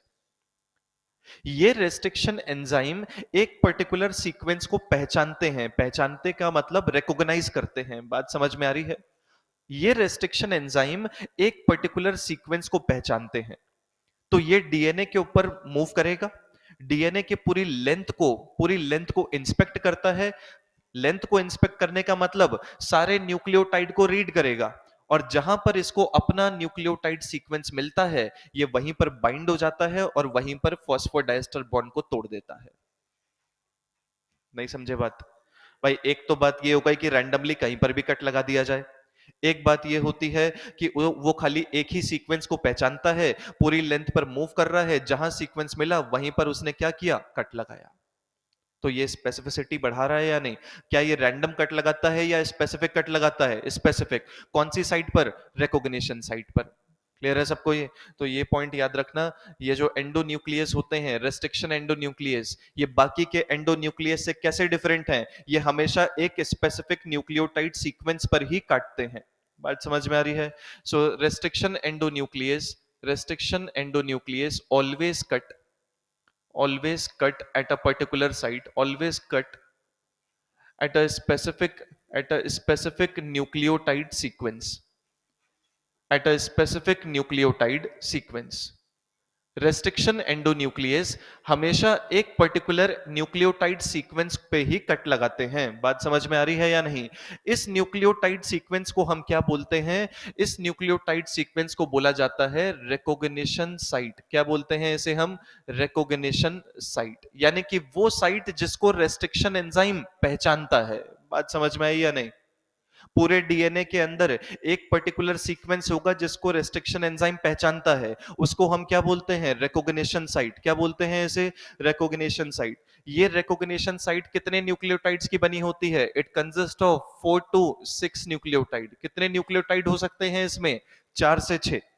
कितने न्यूक्लियोटाइड हो सकते हैं? 4 से। तो 4 to 6 न्यूक्लियोटाइड लॉन्ग सीक्वेंस होता है जिसको क्या बोलते हैं? Recognition site. ठीक है। So it consist of 4 to 6 nucleotide and it is identified by restriction enzyme. कौन आइडेंटिफाई करता है इसको? Restriction enzyme. याद रहेगा ये। एक और बात सुनिए ध्यान से, अगर मैं इस रिकॉग्निशन साइट को देखूं तो कुछ इस तरीके से होता है, देखिए, guanine adenine adenine thymine thymine cytosine. दूसरे वाले स्टैंड पर क्या होगा? Complementary base, guanine adenine adenine thymine thymine cytosine. ये कौन सा एंड हो गया? 5 प्राइम। ये कौन सा है? 3 prime. This is what? 5 prime. This is what? 3 prime. सुनिए, मान लीजिए ये क्या है? Recognition site. कितने न्यूक्लियोटाइड है? 1 2 3 4 5 एंड 6। कितनी कितनी बड़ी होती है ये सीक्वेंस? 4 से 6। कितने न्यूक्लियोटाइड हैं? 6। ध्यान से सुनना, अगर मैं इस सीक्वेंस को इस डायरेक्शन में रीड करता हूं या इस डायरेक्शन में रीड करता हूं, क्या ये सेम तरीके से रीड हो रहे हैं? चाहे मैं इस तरफ से रीड करूं या इस तरफ से रीड करूं, can we say that both of them are read in a same way? बात समझ में आ रही है? अगर इनको सेम तरीके से रीड किया जा सकता है तो ऐसे सीक्वेंसेस को हम क्या बोलते हैं? Palindromic sequence. क्या बोलते हैं ऐसे हम? Palindromic sequence. तो क्या मैं कह सकता हूं कि भाई ये जो रिकॉग्निशन साइट है ये एक तरीके का पैलिंड्रोमिक सीक्वेंस है? It is read same in forward as well as in backward direction. जैसे कि बहुत सारे इंग्लिश के वर्ड भी होते हैं, मलयालम एनसीईआरटी में दिया हुआ है, मलयालम को आगे से या पीछे दोनों तरीके से रीड करो वो सेम ही रीड होता है। क्लियर है सबको ये? पक्का समझ में आया? तो रेस्ट्रिक्शन एंडोन्यूक्लियस रैंडम कट लगाएगा या स्पेसिफिक? स्पेसिफिक। किसको आइडेंटिफाई करता है? न्यूक्लियोटाइड सीक्वेंस को। इस न्यूक्लियोटाइड सीक्वेंस को क्या बोलते हैं? Recognition site. कितने न्यूक्लियोटाइड होते हैं? 4 से 6। बात समझ में आ रही है? फॉरवर्ड या बैकवर्ड कहीं से भी रीड करो, कैसे रीड होते हैं? सिमिलर। तो क्या बोलते हैं इनको? Palindromic sequence. इसको क्या बोला जाता है? पैलिंड्रोमिक सीक्वेंस बोला जाता है। क्लियर है सबको ये? कोई डाउट नहीं है इसमें? तो ये बाकी रेस्ट्रिक्शन, बाकी एंडोन्यूक्लियस से डिफरेंट है या नहीं? 3 तरीके के एंजाइम बताए हैं मैंने आपको, दोबारा बता रहा हूं। एंड से कट कर रहा है तो क्या बोलेंगे? एक्सो। विद इन द डीएनए कहीं पर भी रैंडम कट लगा रहा है तो एंडो, एंडोन्यूक्लियस। अगर with in the DNA recognition site पर कट लगा रहा है तो रेस्ट्रिक्शन एंडो। नेचुरली कहां मिलते हैं? बैक्टीरिया। क्लियर है सबको? बैक्टीरिया में से इनको एक्सट्रैक्ट किया जाता है। समझ गए ये सब? कोई डाउट आया? डाउट तुम्हें? बताओ क्या? एक्सोन्यूक्लियस? नहीं, हम उसको ट्रू सेंस में रेस्ट्रिक्शन एंजाइम नहीं बोलते हैं। वैसे रेस्ट्रिक्शन एंजाइम भाई बहुत ज्यादा उसके अंदर डाइवर्स है, टाइप 1 टाइप 2 टाइप 3, 3 प्रकार के होते हैं, हमको उतना डिटेल में नहीं पढ़ना है। अभी के लिए आप इसी को रेस्ट्रिक्शन एंजाइम समझिए क्योंकि एनसीईआरटी में यही दिया है। क्लियर है सबको ये? एनसीईआरटी जितना ही पढ़ते हैं उतना बहुत है। क्लियर है सबको? इतना समझ में आया ये? अच्छा, अब देखिए ये कट लगाता कैसे है, एक मिनट के लिए ध्यान से सुनना। Let's say this is one one double standard DNA and both the strands are helically coiled around each other. ये दोनों स्ट्रैंड कैसे कॉइल्ड होते हैं? हेलिकली कॉइल्ड होते हैं। So let's say this is double standard DNA and both the strands are helically coiled around each other. अब यहां पर विद इन द डीएनए आप देख सकते हैं कि एक सीक्वेंस है जिसको हम न्यूक्लियोटाइड सीक्वेंस बोल सकते हैं। कितने बेस पेयर लॉन्ग है ये बताइए जल्दी? कितने बेस पेयर लॉन्ग है? 6। और इसको इसको रेस्ट्रिक्शन एंजाइम पहचानता है तो मैं इसको क्या बोलूंगा? Recognition site. क्या बोलेंगे इसे? इधर की तरफ से देखें तो क्या आएगा? Guanine adenine adenine thymine thymine cytosine. इनके बीच में कौन सा बॉन्ड होता है? Hydrogen bond. कौन सा बॉन्ड होता है? हाइड्रो। ये पूरा क्या है हमारे पास? Long double standard DNA. कौन सा डीएनए है? डबल स्टैंडर्ड डीएनए है। अब मैं इस डीएनए को ब्रेक करना चाहता हूं स्मॉलर फ्रेगमेंट में। अगर आप डीएनए को कट करना चाहते हैं तो कौन सा एंजाइम लेना पड़ेगा? Restriction enzyme. कौन सा एंजाइम? रेस्ट्रिक्शन। मान लीजिए मैंने कौन सा रेस्ट्रिक्शन एंजाइम लिया है? Eco R one. कौन सा एंजाइम लिया है? Eco R1. इको आर1 कौन से सीक्वेंस को पहचानता है? GAATTC। बात समझ में आ रही है या नहीं? तो इको आर1 पूरे डीएनए की लेंथ को इंस्पेक्ट करेगा या नहीं? पूरे डीएनए को रीड करेगा या नहीं? बिल्कुल रीड करेगा। जहां पर भी इसको अपना सीक्वेंस मिलेगा वहीं पर क्या हो जाएगा? रुक जाएगा। रुकने के बाद क्या करेगा? बाइंड। बाइंड होने के बाद ये क्या करता है? फॉस्फोडाइएस्टर बॉन्ड को तोड़ देता है। फॉस्फोडाइएस्टर बॉन्ड को क्या करेगा? ये ब्रेक करेगा। बात समझ में आ रही है? पक्का क्लियर है? कोई डाउट तो नहीं है? ये बार बार मैं इसलिए बता रहा हूं, एनसीईआरटी जब आप पढ़ेंगे उसमें लिखा है restriction enzyme inspect entire length of DNA. It will try to find out recognition sequence. जहां पर भी recognition sequence मिलता है it will going to bind with it. Bind होने के बाद फॉस्फोडाइएस्टर बॉन्ड को क्या करता है? ब्रेक करता है। तो ये किसके बीच में फॉस्फोडाइस्टर बॉन्ड को तोड़ रहा है? ग्वानिन और एडेनिन। इधर भी किसके बीच में तोड़ रहा है? ग्वानिन और एडेनिन। जैसे ही फॉस्फोडाइस्टर बॉन्ड टूटा, जैसे ही यहां पर फॉस्फोडाइस्टर बॉन्ड टूटा, तो क्या मैं कह सकता हूं कि भाई अब इधर क्या बचा है? खाली क्या बचेगा इधर? ग्वानिन। बाकी का हिस्सा कहां चला गया? उधर। यहां पर क्या बचा है खाली हमारे पास? ग्वानिन। बात समझ में आ रही है? नीचे वाले फ्रैगमेंट में क्या बचेगा? Cytosine, thymine, thymine, adenine, adenine और ग्वानिन कहां चला गया? उधर। सुनना ध्यान से, क्या ये दोनों बेसिस पेयर्ड है? क्या ये दोनों बेसिस पेयर्ड हैं? बिल्कुल। लेकिन क्या ये वाले बेसिस पेयर्ड हैं या अनपेयर्ड है? अनपेयर्ड हैं। इसका आधा हिस्सा कहां चला गया? दूसरी तरफ। तो ये बेसिस कैसे रह गए? अनपेयर्ड। ये बेसिस कैसे हैं अभी हमारे पास? Unpaired. So we can call these bases as what? Unpaired bases. कैसे बेस हैं ये? अनपेयर्ड बेस हैं। समझ में आ रहा है? कोई दिक्कत नहीं है इसमें। अब यहां पर देखिए, इधर भी हमारे पास क्या है? Double stranded DNA. आधा कटा हुआ हिस्सा किधर आया? इस तरफ। तो अब यहां पर देखिए, इधर क्या बचेगा? यहां पर हमारे पास है cytosine, thymine, thymine, adenine, adenine. Guanine कहां चला गया? इधर चला गया। और यहां पर क्या बचा खाली हमारे पास? ग्वानिन। बाकी का हिस्सा कहां आया? इधर। क्या ये दोनों पेयर्ड हैं? बिल्कुल। लेकिन ये वाले बेसिस कैसे हैं? अनपेयर्ड। ये बेसिस क्या है? अनपेयर्ड है। बात समझ में आ रही है? सुनिए, जब कभी भी बेस अनपेयर्ड होता है, जब दो अनपेयर्ड बेस एक दूसरे के क्लोज आते हैं, अगर वो कॉम्प्लीमेंट्री हैं तो उनके बीच में हाइड्रोजन बॉन्ड बनेगा या नहीं? क्या इनकी टेंडेंसी है कि ये दोबारा चिपक सकते हैं, दोबारा ये कंबाइन हो सकते हैं? कैन वी से दिस? दोनों ही स्टैंड पर कैसे बेस हैं भाई? अनपेयर्ड। दोनों ही कैसे हैं? कॉम्प्लीमेंट्री। क्लोज आए तो क्या बनेगा? Hydrogen bond. ये दोबारा से क्या हो जाएंगे? जुड़ जाएंगे। तो काटने का फायदा क्या हुआ? बात समझ में आ रही है या नहीं? पक्का क्लियर है सबको? तो यहां पर क्या करता है इको अर्बन? पूरे डीएनए की लेंथ को इंस्पेक्ट करता है, जहां भी रिकॉग्निशन साइट मिलेगी वहां पर फॉस्फोडाइस्टर बॉन्ड को क्या करेगा? ब्रेक। ब्रेक करने के बाद कितने फ्रैगमेंट बने? दो। दोनों पर कैसे बेस हैं? अनपेयर्ड। अनपेयर्ड हैं तो ये क्या हो सकते हैं? स्टिक हो सकते हैं। क्योंकि ये स्टिक हो सकते हैं, इसीलिए इस प्रकार के एंड्स को क्या बोला जाता है? Sticky ends. क्या बोलते हैं इनको हम? Sticky and. स्टिकी एंड का मतलब कैसे बेसिस होना? अनपेयर्ड। और अनपेयर्ड है तो वो क्या हो सकते हैं? दोबारा से स्टिक जॉइन। क्लियर है सबको ये? पक्का समझ गए ये? कोई डाउट नहीं है इसमें? ठीक है, तो इको R1 का रिकॉग्निशन सीक्वेंस क्या रहता है? याद रहेगा, GAATTC। कट किसके बीच में लगाता है? G और A। किसके बीच में लगाया है? G और A। कौन सा बॉन्ड तोड़ रहा है? फॉस्फोडाइएस्टर। कौन सा बॉन्ड तोड़ता है? एक मिनट, एक चीज और सुनिए। फॉस्फोडाइएस्टर बॉन्ड किसके बीच में होता है भाई? जल्दी बताइए, किसके बीच में होता है? दो न्यूक्लियोटाइड के बीच में। किसके बीच में होता है? दो न्यूक्लियोटाइड। दो न्यूक्लियोटाइड के बीच में कहां पर है? न्यूक्लियोटाइड। सुनो एक मिनट, क्या मैं कह सकता हूं कि ये फॉस्फोडाइस्टर बॉन्ड फॉस्फेट ग्रुप और शुगर के बीच में बन रहा है? अरे यही तो है फॉस्फोडाइस्टर। किसके बीच में बन रहा है? फॉस्फेट ग्रुप और किसके बीच में? शुगर के बीच में। बात समझ में आ रही है? इसीलिए डीएनए की बैकबोन किसकी बनी होती है? शुगर और फॉस्फेट। पढ़ा है या नहीं? है बायोमोलिक्यूल हुआ है अभी? नहीं हुआ है अभी? हाँ, किसने पढ़ा दिया है? अबे प्रोटीन कार्बोहाइड्रेट पढ़ लिया है तुमने? Primary secondary metabolite chemical analysis पढ़ लिया है? न्यूक्लिक एसिड ही तो पढ़ा है अभी फिर। चलो ये तो पढ़ लिया है। फॉस्फोडाइस्टर बॉन्ड किसके बीच में बनता है? फॉस्फेट ग्रुप और शुगर के बीच में। इसीलिए डीएनए की बैकबोन किसकी बनी होती है? फॉस्फेट और शुगर। फॉस्फोडाइस्टर, सुनो एक मिनट, फॉस्फोडाइस्टर बॉन्ड को तोड़ा, तो इसका मतलब हम किसको तोड़ रहे हैं? शुगर फॉस्फेट की बैकबोन को। किसको तोड़ा जा रहा है? शुगर एंड फॉस्फेट की बैकबोन को तोड़ा जा रहा है। याद रहेगा? कोई दिक्कत इसमें? किसी को कोई कंफ्यूजन? भाई फॉस्फोडाइस्टर बॉन्ड को तोड़ना मतलब फॉस्फेट और शुगर को क्या करना? सेपरेट। तो अगर मैं कहूं कि रेस्ट्रिक्शन एंजाइम फॉस्फोडाइस्टर बॉन्ड को तोड़ रहा है, मैं फेंक दूंगा तेरे को क्लास से बाहर। क्या कर रहा है तू? क्या डिस्कस कर रहे हो यार? क्या पूछ रहा है उससे? तेरे को लगता है वो मेरे से अच्छा बताएगा? मतलब वो तेरे को मुझसे ज्यादा टैलेंटेड लग रहा है? हाँ, तुम चश्मा लगाओ पहले। बताओ यार, तुम मुझसे पूछ रहे हो डाउट? ये कोई डाउट वाउट नहीं पूछ रहा है, इनकी कुछ और बात चल रही है।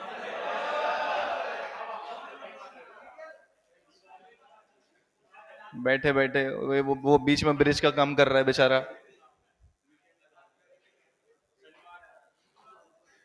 जब से वो लड़का गया है यहाँ से, ये लोग हाथ से बाहर निकल गए हैं। वो कंट्रोल करके रखता था। रामू क्या नाम है यार उसका, रामलाल, रामलाल। ऑनलाइन देख तो नहीं रहा है वो? हाँ? नहीं रहा यार, ये क्या बात होती है, ऐसे मत बोला करो भाई। आजकल वैसे भी समय ठीक नहीं चल रहा है। 25 से 35 साल की उम्र में कुछ ज्यादा ही अटैक्स आ रहे हैं। मैं अभी इसी एज ब्रैकेट में चल रहा हूँ।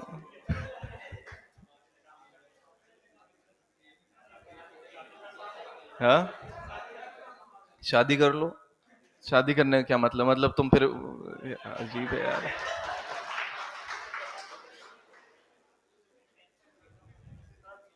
टेंशन क्या मतलब? शादी की टेंशन है जीवन में, और कोई टेंशन ही नहीं है। तुम एक काम करो, नीट वीट छोड़ो, ये तो होता रहेगा। पहले तुम कर लो। तो नीट की प्रिपरेशन दोनों साथ में करना, दिक्कत क्या है? देखिए, तो फॉस्फोडाइस्टर न्यूक्लियस कौन से बॉन्ड, अरे यार, कौन से बॉन्ड को तोड़ता है? फॉस्फोडाइस्टर। फॉस्फोडाइस्टर को तोड़ना यानी कि किसके बीच का ब्रिज तोड़ना? फॉस्फेट और शुगर। क्लियर है सबको ये? लिखना है कुछ? लिख लिया है क्या ये? नहीं लिखा है, छोड़ो बाद में लिखना। एक मिनट, एक मिनट, अबे मेरे को पढ़ाने तो दो यार। सुनो, तो न्यूक्लियस कौन से बॉन्ड को तोड़ता है? कौन से बॉन्ड को तोड़ता है? फॉस्फोडाइस्ट। फॉस्फोडाइस्टर बॉन्ड को तोड़ना, क्या मैं इसको इस तरीके से लिख सकता हूं, दैट न्यूक्लियस ब्रेक्स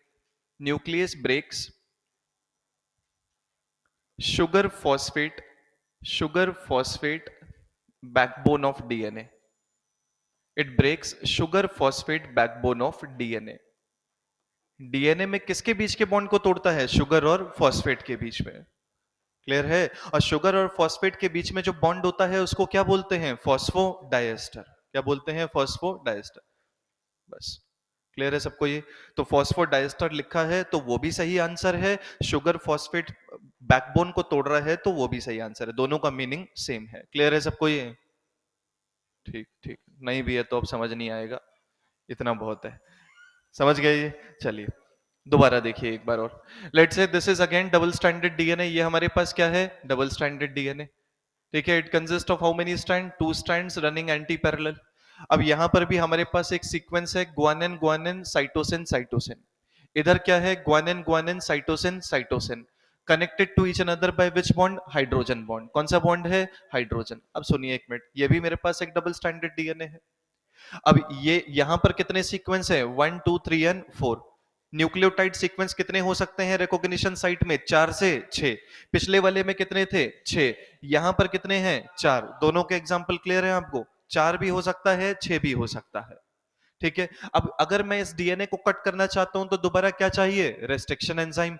मान लीजिए मैंने यहां पर दूसरा रेस्ट्रिक्शन एंजाइम लिया जिसको हम क्या बोलते हैं? हे 3। क्या बोल रहे हैं इसे? हे 3। इसकी रिकॉग्निशन साइट क्या है? GGCC। क्लियर है सबको? ये किसके बीच में कट लगाता है? ग्वानिन और साइटोसिन। किसके बीच में कट लगाएगा? ग्वानिन और साइटोसिन। तो ये ग्वानिन और साइटोसिन के बीच में कट लगाता है। ये एंजाइम भी पूरे डीएनए को रीड करेगा। जहां पर इसको अपना सीक्वेंस मिला वहां पर क्या कर देता है? फॉस्फोडाइएस्टर बॉन्ड को ब्रेक। और डीएनए किस में ब्रेक हो जाएगा? 2 फ्रैगमेंट्स में। ठीक है, तो अब यहां पर भी आप देख सकते हैं कितने फ्रैगमेंट बने डीएनए के हमारे पास? 2। यहां पर भी डीएनए के 2 फ्रैगमेंट्स बनेंगे। ठीक है, इधर क्या बचेगा आपके पास? Guanine guanine. नीचे क्या बचेगा? Cytosine cytosine. सुनना ध्यान से, क्या यहां पर दोनों बेसेस, क्या हम कह सकते हैं that both the bases are paired? अब देखो ना यार, पेयर्ड ही तो है। क्या कोई अनपेयर्ड बेस है इसमें? दोनों बेसिस कैसे हैं? पेयर्ड। क्लियर है? So can we say that these are paired basis? किस प्रकार के बेसिस बन रहे हैं यहां पर? पेयर्ड बेसिस बन रहे हैं। दूसरी तरफ जो हमको फ्रैगमेंट मिलेगा, इस फ्रैगमेंट के अंदर भी कैसे बेसिस बचेंगे? पेयर्ड। यहां पर क्या बचा? Cytosine cytosine. नीचे क्या बचा? Guanine guanine. दोनों के बीच में कौन सा बॉन्ड है? हाइड्रोजन। ये बेसिस भी कैसे हैं? पेयर्ड। अनपेयर्ड बेस हैं। अगर दो बेसिस अनपेयर्ड हैं तो वो एक दूसरे के साथ क्या हो सकते हैं? जुड़ सकते हैं। वैसे एंड्स को हम क्या बोलते हैं? Sticky ends. Because they can again combine, they can again stick together, इसीलिए इनको क्या बोला जाता है? Sticky and. लेकिन यहां पर आप देखिए, यहां पर दोनों ही फ्रैगमेंट में एंड कैसे हैं? पेयर्ड। किस प्रकार के बेसिस हैं? पेयर्ड। ये ऑलरेडी क्या है? स्टेबल। क्या अगर मैं इनको क्लोज लाऊंगा तो क्या ये स्टिक हो जाएंगे? नहीं। स्टिक होने के लिए कैसा बेस चाहिए? अनपेयर्ड। ये कैसे हैं? पेयर्ड। ये क्लोज भी लाए जाएं तो ये दोबारा से बॉन्ड इनके बीच में नहीं बनेगा। इसीलिए इस प्रकार के एंड्स को हम क्या बोलते हैं? Blunt ends. क्या बोला जाता है? Blunt ends. क्लियर है सबको? समझे या नहीं कुछ? पक्का समझ में आ रहा है? तो रेस्ट्रिक्शन एंजाइम के कट करने से अगर अनपेयर्ड बेसिस बनते हैं तो कैसा एंड होगा? स्टिकी। अगर पेयर्ड एंड्स मिलते हैं तो कैसा होगा? ब्लंट। ठीक है। दोबारा से स्टिक कौन से होते हैं? अनपेयर्ड वाले। और स्टिक कौन से नहीं होते? अनपेयर्ड पेयर्ड वाले। क्लियर है सबको? ये समझ में आया? एक मिनट सुनिए, सुनना एक मिनट। अगर रेस्ट्रिक्शन एंजाइम, एक मिनट प्लीज, अगर रेस्ट्रिक्शन एंजाइम रिकॉग्निशन साइट के बिल्कुल सेंटर में काटता है, ध्यान से सुनना, अगर रेस्ट्रिक्शन एंजाइम रिकॉग्निशन साइट के बिल्कुल सेंटर में काटेगा तो कैसे एंड बनेंगे? Blunt and. कैसे एंड बनेंगे? ब्लंट। ठीक है, कोई दिक्कत इसमें? नहीं। ये भी क्या है? Recognition site. सेंटर क्या है? ये। लेकिन अगर रेस्ट्रिक्शन एंजाइम सेंटर से दूर काटेगा, सेंटर से कहां काट रहा है? दूर, तो किस प्रकार के एंड बनेंगे? Sticky and. कोई डाउट इसमें? याद रहेगा ये पक्का? क्लियर है? If it is cutting at the centre of recognition site, कौन सा and? Blunt and. If it is cutting away from the centre, sticky and. ये पॉइंट याद रहेंगे? क्लियर है? एक एक लाइन यार ये याद होनी चाहिए। सेंटर से दूर काटा तो कैसा? स्टिकी। सेंटर पर काटा तो ब्लंट। कोई डाउट इसमें? नहीं। ठीक है, लिखो इसको जल्दी से। ये हो गया था? लिखे।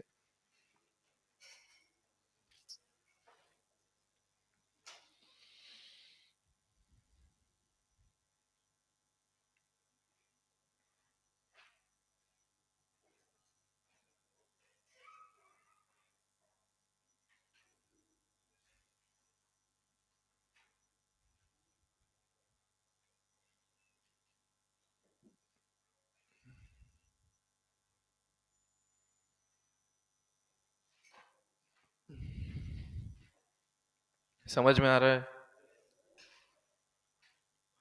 एनसीईआरटी जरूर रीड कर लेना एक बार,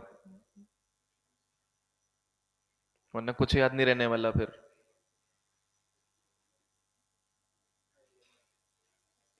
अगले साल फिर पढ़ेंगे।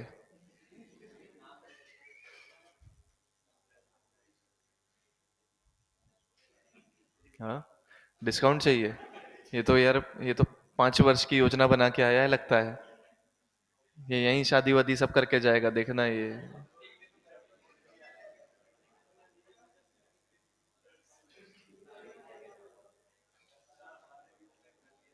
भाई कोई डाउट नहीं आ रहा है?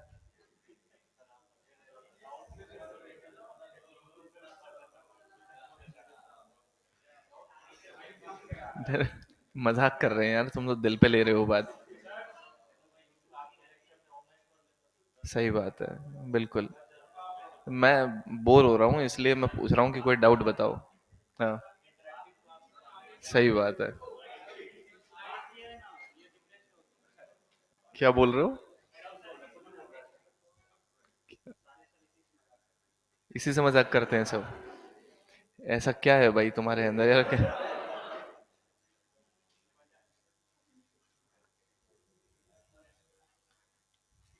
पहन लिया चश्मा?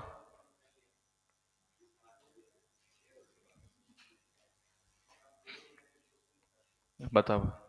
ह्यूमन हेल्थ का नहीं बताऊंगा। हाँ बताओ। हाँ तो हाइड्रोजन बॉन्ड बॉन्ड नहीं होता है, इंटरेक्शन होता है। वो अपने आप टूट जाता है, it's a weak force. Hydrogen bond hydrogen और हाईली इलेक्ट्रोनेगेटिव एटम के बीच में होने वाली इंटरेक्शन है जो अपने आप टूटती है। अच्छा दिमाग लगाया वैसे। हाँ। हाँ, वो वीक फोर्स है। Van der Waals force, hydrophobic interaction, dipole dipole interaction, dipole induce dipole, ऐसा कुछ। लंदन फोर्स भी है एक।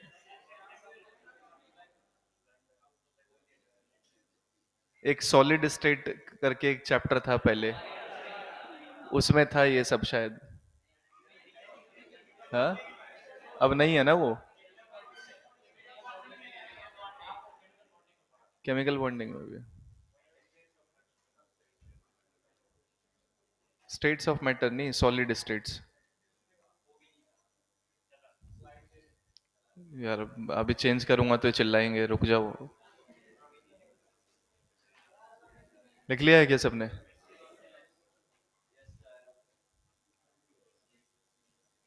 केमिकल बॉन्डिंग वही हाइब्रिडाइजेशन वाला, sp2 sp3।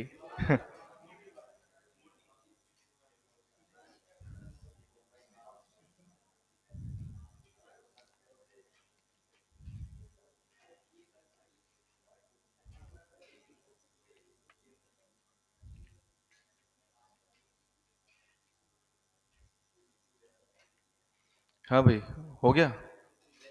और कोई क्वेश्चन नहीं है?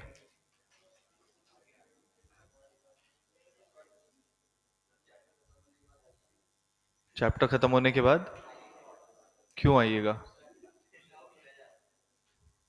तो क्वेश्चन पूछ लो यार अभी, क्या डाउट है?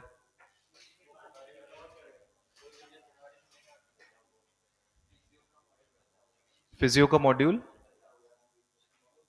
तो तू क्या चाहता है, मैं क्वेश्चन सॉल्व करूं मॉड्यूल के?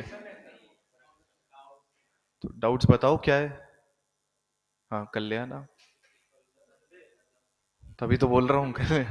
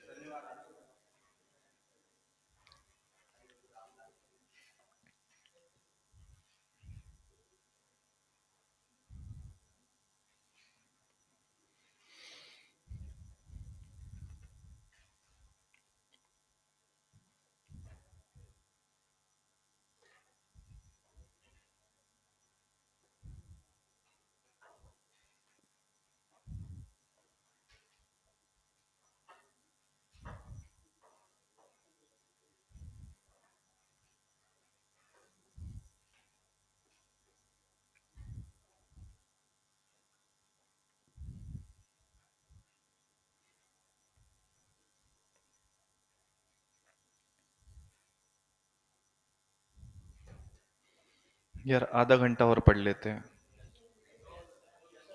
नहीं, बोर हो गए क्या? मैं बोल सकते हो, ऐसा कोई बुरा मानने वाली बात नहीं है। नींद आ रही है तो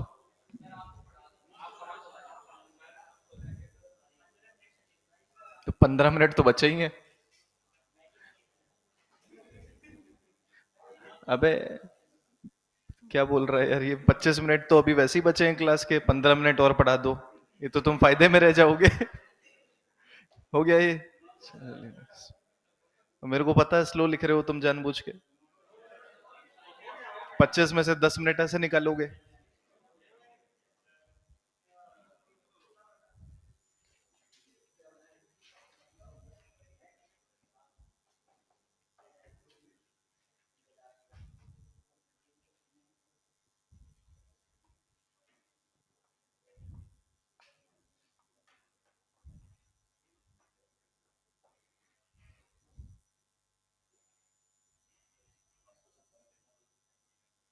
किसने?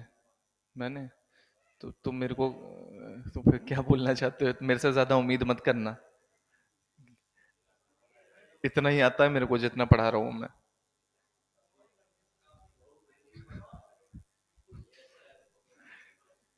बायोटेक से इंजीनियरिंग करी है, इसका मतलब ये मत समझो कि मेरे को सब आता है। मैं सब भूल गया हूँ। अभी मेरे को बस human physio, animal kingdom, human reproduction, human health, ये यही चैप्टर आते हैं बस।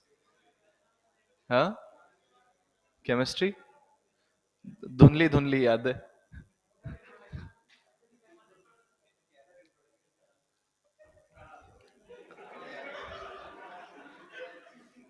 यार बहुत तुम नालायक लोग हो यार, तुम यार हद है।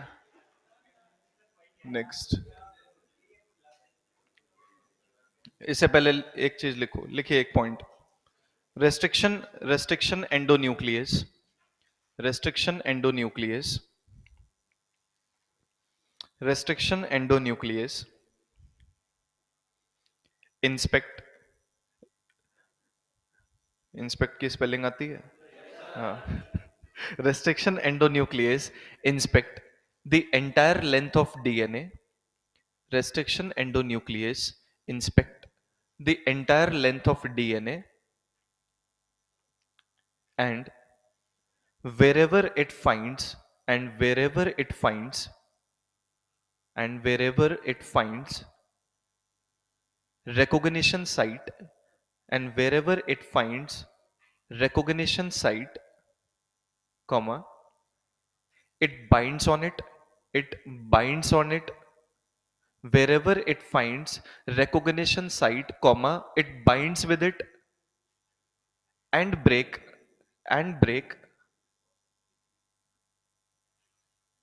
sugar phosphate backbone of DNA, sugar phosphate backbone of DNA, and breaks sugar phosphate backbone of DNA, and breaks sugar phosphate backbone of DNA, bracket में लिख लीजिए phosphodiester bond. Sugar phosphate backbone यानी कि किसका बना हुआ है ये? Phosphodiester bond. मीनिंग समझ में आया इस लाइन का? अगर ये डबल स्टैंडर्ड डीएनए है तो रेस्ट्रिक्शन एंडोन्यूक्लियस इसकी पूरी लेंथ को क्या करता है? इंस्पेक्ट, यानी कि पूरी लेंथ को क्या करेगा? रीड। जहां पर भी इसको अपना रिकॉग्निशन साइट मिला वहां क्या करेगा? बाइंड। बाइंड होने के बाद क्या तोड़ेगा? फॉस्फोडाइस्टर बॉन्ड यानी कि शुगर फॉस्फेट बैकबोन, और डीएनए को दो छोटे फ्रैगमेंट में क्या कर देता है? डिवाइड कर देता है। क्लियर है सबको ये? ठीक है, ये लिख लीजिए आप जल्दी। सो इको आर वन की रिकॉग्निशन साइट क्या है? GAATTC।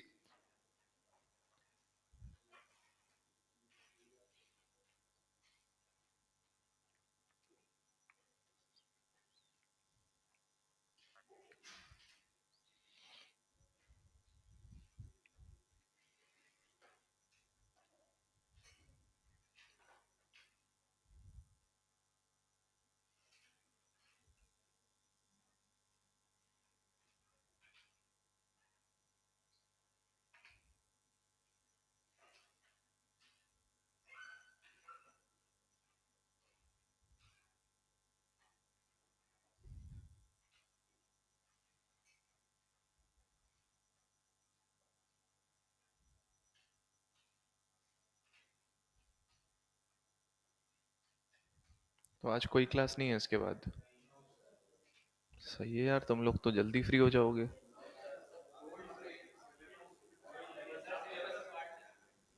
क्यों? सही तो चल रहा है बायो में। जूलॉजी तो खत्म है।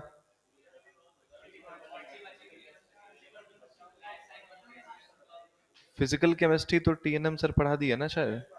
अच्छा अच्छा, ओ ठीक है यार, गुस्सा मत हो, ठीक। समझ गया, हो जाएगा।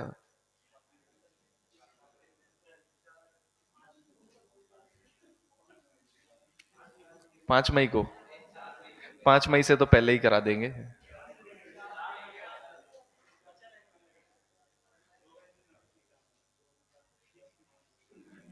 सिलेबस टाइम से हो जाएगा, चिंता मत करो। इसके बाद बायो में तो आपकी बस शायद प्लांट फिजियो बची है। तो अब नेक्स्ट वीक स्टार्ट हो रही है ना? नेक्स्ट वीक स्टार्ट हो जाएगी प्लांट फिजियो शायद। कोई तो पढ़ाएगा यार, नेक्स्ट वीक स्टार्ट हो गई। कौन से सर? कौन आशीष सर? क्या बोल रहा है यार?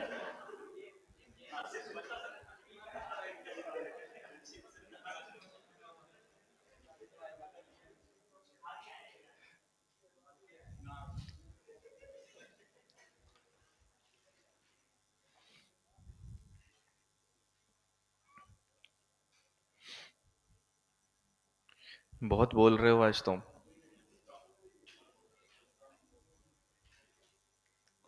तेरे नंबर कितने आए थे लास्ट टेस्ट में?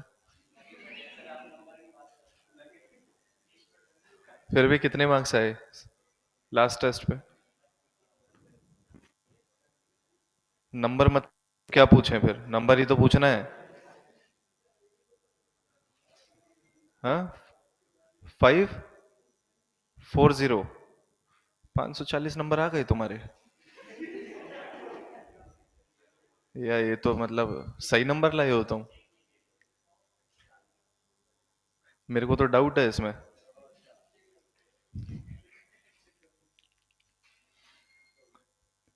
बेटा मजाक करो तो मजाक सहो भी फिर। तो तेरे कितने आए? कितने? इससे ज्यादा हो ही नहीं सकते तुम्हारे नंबर, मैं मान ही नहीं सकता। वो 500 बोल रहा है, तुम 540 बोल रहे हो गया ये। नेक्स्ट पॉइंट लिखिए, इसी में एक और पॉइंट ऐड कर लीजिए। If restriction if restriction endonuclease, यार जल्दी लिखिए, खत्म करना है। If restriction endonuclease cuts at the center of recognition site, cuts at the center of recognition site, बताया था मैंने अभी ये। if restriction endonuclease cut at the center of recognition site, cut at the center of recognition site, comma, blunt ends are produce. कैसे end बनते हैं? Blunt and. Centre में काटेगा तो कैसे एंड बनेंगे? ब्लंट। दोनों बेसिस कैसे होंगे? पेयर्ड। याद रहेगा ये, comma, blunt ends are produced. Is this clear to everyone? Next point एक और लिखिए, if restriction endonucleus, if restriction endonucleus, if restriction endonucleus cut slightly away from center, cut slightly away from center, if restriction endonuclease cut slightly away from the center of recognition site, cut slightly away from the center of recognition site, समझ में आ रहा है? Comma, sticky ends are produced, comma, sticky ends are produced। बात समझ में आ रही है पक्का सबको? अगर सेंटर पर काटा तो कैसे एंड बनेंगे? ब्लंट। सेंटर से अवे काटा तो कैसे बनेंगे? स्टिकी। याद रहेगा ये? ठीक है, एक और पॉइंट लिखिए नेक्स्ट, एक और पॉइंट लिखिए जल्दी से। More than 900 different types of restriction enzymes. भाई निकाला कहां से जाता है रेस्ट्रिक्शन एंजाइम को? बैक्टीरिया में से। More than 900 different types of restriction enzymes, more than 900 different types of restriction enzymes have been isolated, have been isolated, more than 900 different type of restriction enzymes have been isolated from 230 different strains of bacteria, 230 different strains of bacteria। याद रहेगा ये? कहां से निकाला जाता है restriction enzyme को? Bacteria से। कितने रेस्ट्रिक्शन एंजाइम हमारे पास अभी अवेलेबल हैं? 900। और इनको कहां से निकाला गया है? 230 अलग अलग बैक्टीरिया के स्ट्रेन में से। याद रहेगा सबको ये? कोई दिक्कत इसमें? क्लियर है रेस्ट्रिक्शन एंजाइम के बारे में? एक और बात यहां पर नेक्स्ट इज, एक छोटा सा टॉपिक इसमें बचा है, nomenclature of restriction enzyme. Restriction enzyme की नेमिंग कैसे की जाती है? इको R1, हाइंड 2, हाइंड 3, ये हम नाम कैसे देते हैं इनको? ठीक है, एक यहां पर एग्जांपल ले लेते हैं हम। Example can be Eco R1। कौन सा रेस्ट्रिक्शन एंजाइम है ये? Eco R1। समझ में आ रहा है? Eco R1 is restriction enzyme which is extracted from which bacteria? कौन से बैक्टीरिया से निकाला जाता है इसको? इकोलाई। कहां से निकाला है इसको? इकोलाई।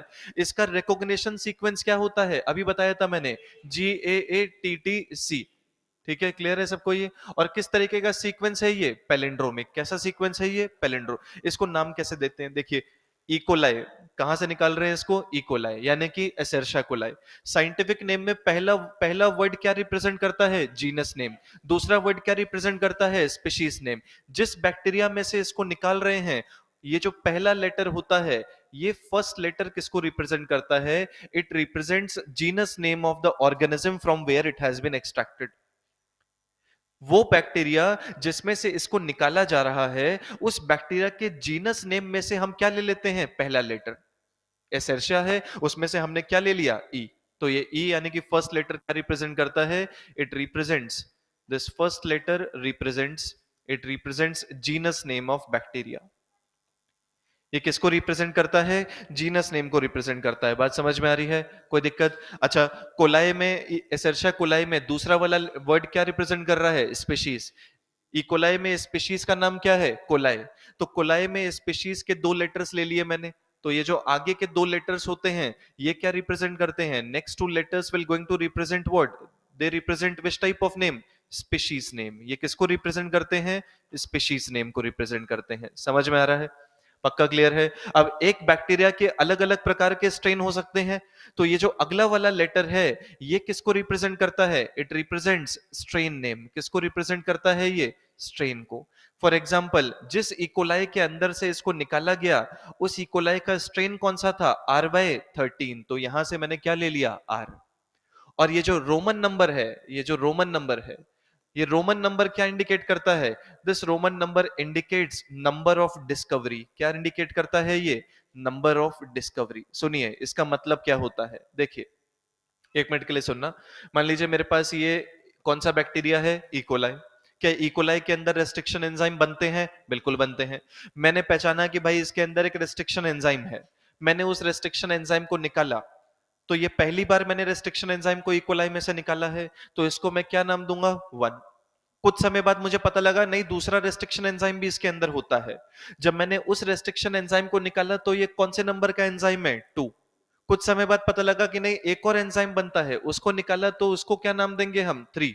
तो रोमन नंबर इंडिकेट करता है कि कौन से नंबर पर ये डिस्कवर हुआ है उस बैक्टीरिया में से।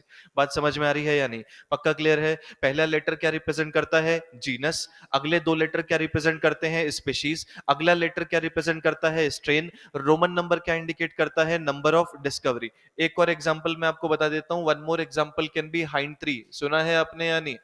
हाइंड 2 तो पढ़ा है हमने, first restriction enzyme to be isolated. ये क्या है? हाइंड 3। हाइंड 3 को किसमें से निकालते हैं? From one bacteria called Haemophilus influenzae. किसमें से निकाला इसको हमने? Haemophilus influenzae. ये कौन सा नाम है? जीनस। ये कौन सा है? स्पीशीज। जीनस का पहला लेटर लिया तो क्या आया? H। स्पीशीज के दो लेटर लिए तो क्या आया? IN। D क्या रिप्रेजेंट करेगा? स्ट्रेन। 3 क्या रिप्रेजेंट करता है? Number of discovery. इस तरीके से हम रेस्ट्रिक्शन एंजाइम की क्या करते हैं? नेमिंग। क्लियर है सबको? बस this was about naming of restriction. हाँ जी। हाँ, ये आ जाता है ये डाउट हर क्लास में। ठीक है। 2, अगर मैं हाइंड 2 बोल रहा हूं यानी कि उसकी डिस्कवरी कौन से नंबर पे हुई है? दूसरे। इसका मतलब हाइंड 1 भी होगा। लेकिन हम कहते हैं कि रेस्ट्रिक्शन एंजाइम जो सबसे पहला निकाला गया वो कौन सा था? हाइंड 2। अब रेस्ट्रिक्शन एंजाइम की डेफिनेशन याद कीजिए। रेस्ट्रिक्शन एंजाइम वो एंजाइम होते हैं जो डीएनए के विद इन कट करते हैं, और कहां पर? रिकॉग्निशन साइट पर। हाइंड 1 एंजाइम है, वो डीएनए को कट करता है, लेकिन रिकॉग्निशन साइट पे ना कट करके रिकॉग्निशन साइट से दूर कट करता है। नहीं समझे बात मेरी? इधर देखिए, ये मेरे पास डबल स्टैंडर्ड डीएनए है। ये यहां पर क्या है हमारे पास? Recognition site. क्या है ये? Recognition site. इस रिकॉग्निशन साइट के ऊपर क्या लगाना चाहिए? कट। कहां कट करेगा? एंडोन्यूक्लियस। इधर। बात समझ में आ रही है? लेकिन हाइंड 1 क्या करता है? हाइंड 1 अपनी रिकॉग्निशन साइट पे ना कट करके रिकॉग्निशन साइट से दूर काटता है। इसीलिए हम इसको रेस्ट्रिक्शन एंडोन्यूक्लियस नहीं बोलते हैं। इसीलिए बोला जाता है जो पहला रेस्ट्रिक्शन एंडोन्यूक्लियस डिस्कवर हुआ था वो 1 ना होकर के कौन सा है? 2 है। किसने पूछा था डाउट? ये क्लियर है भाई? समझ में आया? बस ये था रेस्ट्रिक्शन एंजाइम के बारे में। क्लियर है? नोमेनक्लेचर। पहला लेटर क्या रिप्रेजेंट करता है? जीनस। आगे के दो लेटर क्या रिप्रेजेंट करेंगे? स्पीशीज। उसका अगला strain. Roman number, number of discovery. Clear है सबको? ये कोई डाउट इसमें? याद रहेगा? तो यहां पर रेस्ट्रिक्शन एंजाइम खत्म होता है। कुछ बेसिक सी एक दो बातें। भाई क्या ये डीएनए को मॉलिक्यूलर लेवल पर कट कर रहा है? क्या हम इसके मदद से डीएनए को कट कर सकते हैं? क्योंकि हम इसके मदद से डीएनए को कट करते हैं, इसीलिए इनको और क्या बोला जाता है? Molecular scissor. इनको और क्या बोलते हैं हम? Molecular scissors. So these are also called molecular scissors. इनको हम मॉलिक्यूलर सीजर्स भी बोल सकते हैं। Restriction enzymes are also called molecular scissor. So सबसे पहले प्रकार का एंजाइम कौन सा है? न्यूक्लियस। क्लियर है सबको? यही पढ़ना था हमको बस डिटेल में। इसके बाद now next one more type of enzyme is there जो हमको चाहिए होता है रिकॉम्बिनेंट डीएनए बनाने के लिए। ये कौन सा एंजाइम होता है? लाइगेस। कौन सा एंजाइम है? लाइगेस। लाइगेस के बारे में आपने पढ़ रखा होगा मॉलिक्यूलर बेसिस में। इसका काम होता है दो डीएनए के फ्रैगमेंट्स को क्या करना? जोड़ना। अच्छा, इससे पहले कौन सा एंजाइम पढ़ा? न्यूक्लियस। न्यूक्लियस फॉस्फोडाइस्टर बॉन्ड को क्या करता है? ब्रेक। ये फॉस्फोडाइस्टर बॉन्ड को बनाता है।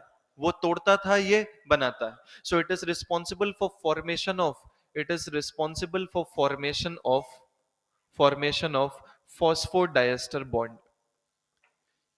It is responsible for formation of phosphodiester bond, ये फॉस्फोडाइस्टर बॉन्ड को बनाता है। बात समझ में आ रही है?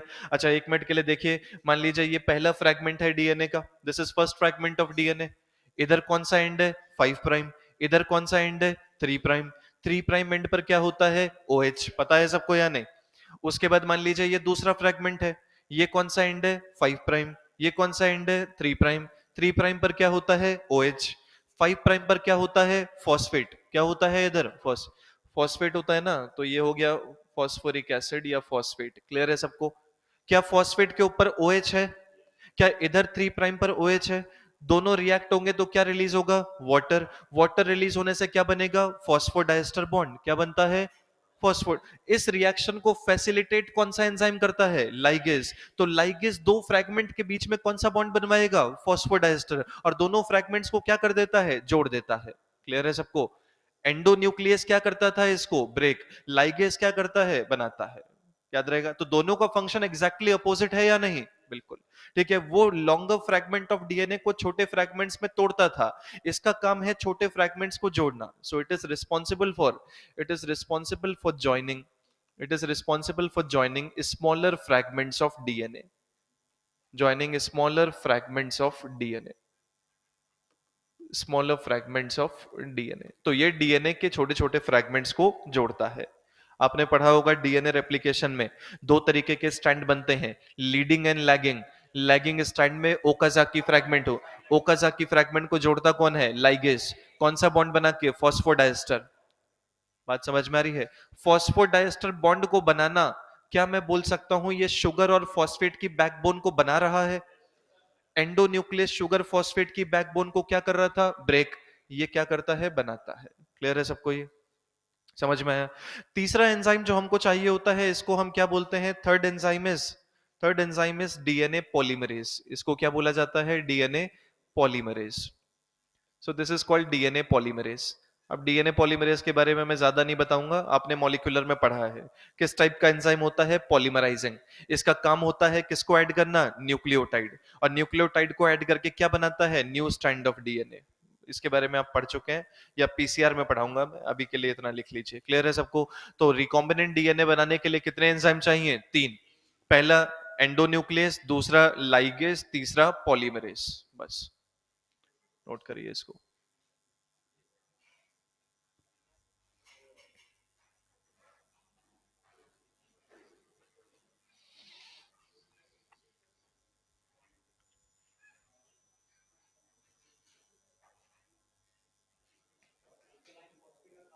Alkaline phosphate out of syllabus है, मेरे को नहीं आता।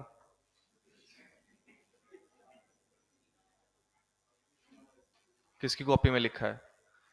तो अब तुमने लिखा होगा भाई कहीं से पढ़ के, मेरे को नहीं आता है वो। मेरे को कोई शर्म नहीं है बोलने में। मैं वो बताने बैठ जाऊंगा तो बाकी के कंफ्यूज हो जाएंगे। नहीं बताऊंगा तो सोचोगे सही में नहीं आता है।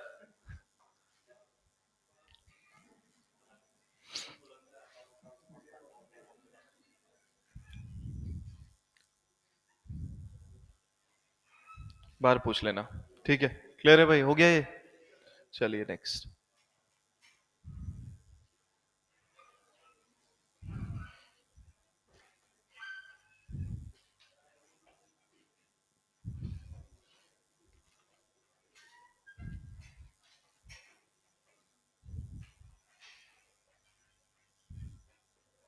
पढ़ना है और आगे?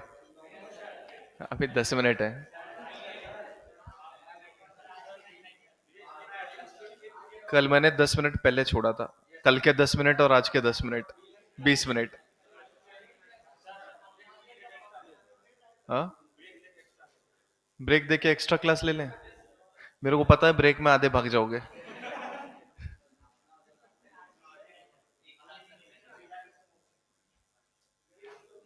ठीक है, एंजाइम क्लियर है? सो रिकॉम्बिनेंट डीएनए बनाने के लिए 3 चीजें चाहिए। पहला क्या? एंजाइम। दूसरा वेक्टर। तीसरा होस्ट। एंजाइम हमने पढ़ लिया है, ठीक है। इसके बाद नेक्स्ट इज, हाँ, नेक्स्ट इज वेक्टर्स। ये तुम रोने की एक्टिंग मत करो बिना बात के। इधर देखो, वेक्टर्स। वहां पे सिलेबस थोड़ा आगे चल रहा है, वेक्टर हो चुका है, तो मैं चाहता हूं कि वेक्टर का एटलीस्ट प्रॉपर्टी हो जाए। देखिए वेक्टर्स क्या होते हैं, सुनिए। What are vectors? सुनना ध्यान से। वेक्टर्स आपने ह्यूमन हेल्थ एंड डिजीज में पढ़ा होगा, डिजीज कॉजिंग वेक्टर्स भी होते हैं। भाई एनोफिलीज मस्किटो जानते हो? एनोफिलीज के सलाइवा में क्या होता है? Plasmodium. Whenever Anopheles mosquito will bite you, वो क्या रिलीज करती है बॉडी में? प्लाज्मोडियम। प्लाज्मोडियम से क्या होता है? मलेरिया। क्यूलेक्स मस्किटो बाइट करेगी तो क्या रिलीज करेगी? वुचेरिया। वुचेरिया से क्या होगा? फाइलेरियासिस। तो वेक्टर मतलब कोई भी ऐसा एजेंट जो किसी चीज को आपकी बॉडी के अंदर डिलीवर करे। आपकी बॉडी में मतलब होस्ट की बॉडी में। अगर मेरे पास एक जीन है, लेट से मैंने इस जीन को बनाया, लैब में बनाया, ये हमारी बॉडी से निकाला। अब मैं इस जीन को कहां पर ट्रांसफर करना चाहता हूं? इकोलाई। इकोलाई क्या है? मेरा होस्ट। क्योंकि इसके अंदर मुझे क्या बनाना है? प्रोडक्ट। मान लो मैंने इंसुलिन का जीन निकाला, इस इंसुलिन के जीन को मैं कहां ट्रांसफर करना चाहता हूं? इकोलाई यानी कि होस्ट में। तो इस जीन को लेकर के जाने वाला भी तो कोई एजेंट होना चाहिए। इसको पहुंचाएगा कौन यहां तक, अंदर तक? वो एजेंट जो हमारे जीन को होस्ट के अंदर पहुंचाता है, ऐसे एजेंट को हम बोलते हैं वेक्टर। क्या बोला जाता है? Vector. Vectors are the agent which can deliver our gene और डीएनए इनसाइड होस्ट सेल। कोई भी ऐसा एजेंट या व्हीकल जो हमारे डीएनए को या हमारे जीन को होस्ट के अंदर पहुंचा सकता है, उसको हम क्या बोलते हैं? वेक्टर। याद रहेगा वेक्टर क्या होता है। So what is vector? It is an agent, it is an agent which can deliver, it is an agent which delivers, it is an agent which delivers foreign foreign DNA or foreign DNA or foreign gene inside host cell, inside host cell। कोई भी ऐसा agent जो हमारे foreign DNA को, हमारे gene को host तक पहुंचाए, उसको हम क्या बोलते हैं? वेक्टर। क्या बोला जाता है इसे? वेक्टर। अब वेक्टर अलग अलग टाइप के होते हैं, शायद आपने पढ़ा भी हो। प्लाज्मिड एक तरीके का वेक्टर है, बैक्टीरियोफेज वेक्टर है, रेट्रोवायरस, एग्रोबैक्टीरियम, ये सब क्या है? वेक्टर्स हैं।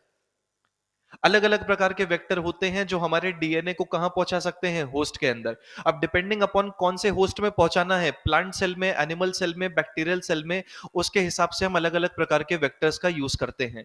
लेकिन उससे पहले वेक्टर, किसी भी वेक्टर की कुछ प्रॉपर्टीज होती हैं। वेक्टर के अंदर कुछ कैरेक्टरिस्टिक्स होने चाहिए। क्या क्या कैरेक्टरिस्टिक्स एक वेक्टर के अंदर होने चाहिए, बताइए। सबसे पहला important characteristic is, first thing, there should be presence of origin of replication. क्या होना चाहिए? Origin of replication. या हम इसको और क्या बोल सकते हैं? Ori. So vector should contain what? Ori. Vector के अंदर क्या होना चाहिए? ओराई। क्या होता है ओराई? कल मैंने इससे रिलेटेड एक कॉन्सेप्ट आपको बताया था, इवन आज भी डिस्कस किया था। ये हमारे पास क्या है? बैक्टीरिया। बैक्टीरिया के न्यूक्लियस के अंदर जो डीएनए होता है उसको क्या बोलते हैं? Chromosomal D. न्यूक्लियस के अंदर जो डीएनए मिलता है उसको क्या बोलते हैं? Chromosomal DNA. न्यूक्लियस के बाहर जो डीएनए होता है उसको क्या बोलेंगे? एक्स्ट्रा क्रोमोसोमल डीएनए या प्लाज्मिड। ठीक है। मान लो हमारे पास एक जीन है, इस जीन को मैं कहां पहुंचाना चाहता हूं? बैक्टीरिया में। तो बैक्टीरिया के अंदर जो इस जीन को डिलीवर करेगा, ऐसे एजेंट को मैं क्या बोल सकता हूं? वेक्टर। क्या बोलेंगे इसे हम? वेक्टर। बात समझ में आ रही है या नहीं? इसको हम क्या बोलते हैं? वेक्टर। वेक्टर ने जीन को कहां डिलीवर कर दिया? बैक्टीरिया में। लेकिन जीन की कितनी कॉपी डिलीवर हुई? एक। अब जब ये बैक्टीरिया डिवाइड होगा तो कितने सेल्स बनेंगे? दो। कॉपी कितनी है? एक। कितनी कॉपी है? एक। तो ये एक कॉपी किसी एक ही सेल में तो जाएगी, दूसरे वाले सेल में नहीं जाएगी। एक सेल के अंदर आपका जीन पहुंचा, दूसरे वाले सेल के अंदर आपका जीन है ही नहीं, तो क्या आने वाली सारी जनरेशन में आपका जीन पहुंच सकता है? नहीं। बात समझ में आ रही है? पक्का क्लियर है सबको ये? तो इसीलिए ये जो हमारा जीन होता है, इस जीन को किसके साथ इंटीग्रेट होना होता है? Chromosomal DNA. किसके साथ जोड़ना पड़ेगा? Chromosomal DNA. क्योंकि क्रोमोसोमल डीएनए के पास क्या है? ओराए। और ओराई के मदद से इसका क्या होगा? रेप्लिकेशन। रेप्लिकेशन होगा तो हमारे जीन की भी क्या बनेगी? Multiple copy. और जीन की मल्टीपल आइडेंटिकल कॉपी बनने के प्रोसेस को क्या बोलते हैं? Gene cloning. क्या बोलते हैं? Gene cloning. बात समझ में आ रही है या नहीं? और जब हमारे जीन की कॉपी बन जाएंगी तो कुछ जीन इसमें भी जाएंगे, कुछ जीन इसमें भी जाएंगे, आने वाली सारी जनरेशन में आपके जीन पहुंच सकते हैं। ऐसा कुछ बताया था कल या नहीं? याद है भाई? अगर एक ऑर्गेनिज्म के जीन को दूसरे ऑर्गेनिज्म में ट्रांसफर करते हैं तो क्या बोलेंगे? Gene transfer. ट्रांसफर करने के बाद इसको किसके साथ इंटीग्रेट करना पड़ेगा? Chromosomal DNA. क्योंकि क्रोमोसोमल डीएनए के पास क्या है? ओराए। ओराए के मदद से क्या करेगा? रेप्लिकेट। क्या बनेगी? Multiple copy. आने वाली हर जनरेशन में ये कॉपीज क्या हो जाती हैं? डिस्ट्रीब्यूट। लेकिन सुनिए, इस जीन का क्रोमोसोमल डीएनए के साथ इंटीग्रेट होना भी तो चैलेंजिंग टास्क है भाई। इंटीग्रेट कैसे करवा देंगे वहां पर हम? मुश्किल है या नहीं? बात समझ में आ रही है? पक्का क्लियर है सबको ये? अब इंटीग्रेट करना ये थोड़ा सा डिफिकल्ट है। तो अब यहां पर हम करते क्या है, ध्यान से सुनिए। एक वेक्टर होता है जिसको हम क्या बोलते हैं? प्लाज्मिड। प्लाज्मिड भी क्या होता है? वेक्टर। अगर वेक्टर के पास, सुनना ध्यान से, अगर वेक्टर के पास अपना खुद का ओरिजिन ऑफ रेप्लिकेशन है, अगर वेक्टर के पास अपना खुद का ओरिजिन ऑफ रेप्लिकेशन है, मैंने अगर अपने डीएनए को इस वेक्टर के ऊपर जोड़ा, तो ये वेक्टर पहला काम क्या करेगा? ये मेरे डीएनए को कहां पर लेकर के जाएगा? होस्ट के अंदर। कहां पर लेकर के जाएगा? होस्ट के अंदर। वेक्टर का काम क्या होता है? डीएनए को कहां पर पहुंचाना? होस्ट में। डीएनए को होस्ट में पहुंचाया या नहीं? बिल्कुल पहुंचाया। दूसरी इंपॉर्टेंट चीज ये है कि इस वेक्टर के पास अपना खुद का क्या है? Origin of replication. क्योंकि इसके पास अपना खुद का ओरिजिन ऑफ रेप्लिकेशन है, तो क्या ये खुद से रेप्लिकेट कर सकता है? यार समझ नहीं आ रहा है क्या यार? जब ये खुद से रेप्लिकेट करेगा तो जीन की क्या बन जाएंगी? कॉपी। क्या जीन को क्रोमोसोमल डीएनए से जुड़ने की जरूरत है? नहीं। नहीं समझ पा रहे हो? नहीं समझे? भाई वेक्टर, वेक्टर का कौन सा एग्जांपल है? प्लाज्मिड। प्लाज्मिड क्या होता है? एक तरीके का वेक्टर। ठीक है। ये एक तरीके का क्या है? वेक्टर। वेक्टर मेरे जीन को कहां पर लेकर के जाएगा? होस्ट में। लेकिन तब लेकर के जाएगा जब मैं इसके ऊपर जीन को जोड़ूंगा, तभी तो। अगर जीन को इस पर जोड़ना है तो पहले इसे क्या करना पड़ेगा? कट। कट करना है तो कौन सा एंजाइम यूज करूंगा मैं? Restriction enzyme. रेस्ट्रिक्शन एंजाइम लगाया तो वेक्टर क्या हो गया? कट। बात समझ में आ रही है? अब यहां पर मेरे पास क्या है? जीन। अब मैं कौन सा एंजाइम यूज कर सकता हूं? लाइगेस। लाइगेस इन दोनों को क्या कर देगा? जोड़ देगा। और जब ये दोनों जुड़ गए तो क्या मैं कह सकता हूं कि मेरा फॉरेन जीन वेक्टर के ऊपर लोड हो गया है? अब मैं वेक्टर को और होस्ट को, दोनों को किस में रखूंगा? सेम मीडियम में। अब ये वेक्टर मेरे जीन को कहां लेकर के जाएगा? होस्ट में। कहां लेकर के जाएगा? जैसे ही वेक्टर होस्ट में गया, तो वेक्टर के साथ क्या जाएगा होस्ट के अंदर? जीन। हमारा जीन ऑफ इंटरेस्ट कहां चला गया? होस्ट में। अब मैंने ये कहा कि अगर इस वेक्टर के पास अपना खुद का ओरिजिन ऑफ रेप्लिकेशन है, तो इस ओरिजिन ऑफ रेप्लिकेशन से ये अपने आप ही तो मल्टीप्लाई कर लेगा। इसको क्रोमोसोमल डीएनए के साथ जुड़ने की कोई आवश्यकता है क्या? नहीं। बात समझ में आ रही है? तो इस तरीके से क्या हम इस इंटीग्रेशन वाले स्टेप को स्किप कर सकते हैं? तो किसी भी वेक्टर में क्या होना जरूरी है? Origin of replication. बाद में पढ़ेंगे। मत लिखो अभी इसको, कोई नहीं। हो गई ना क्लास? ठीक है, चलिए पढ़ा दीजिए। अरे हो नहीं पाएगा पूरा, इसलिए नहीं पढ़ा रहा मैं। कोई नहीं, इतना भी यार, ऐसी में लेट हो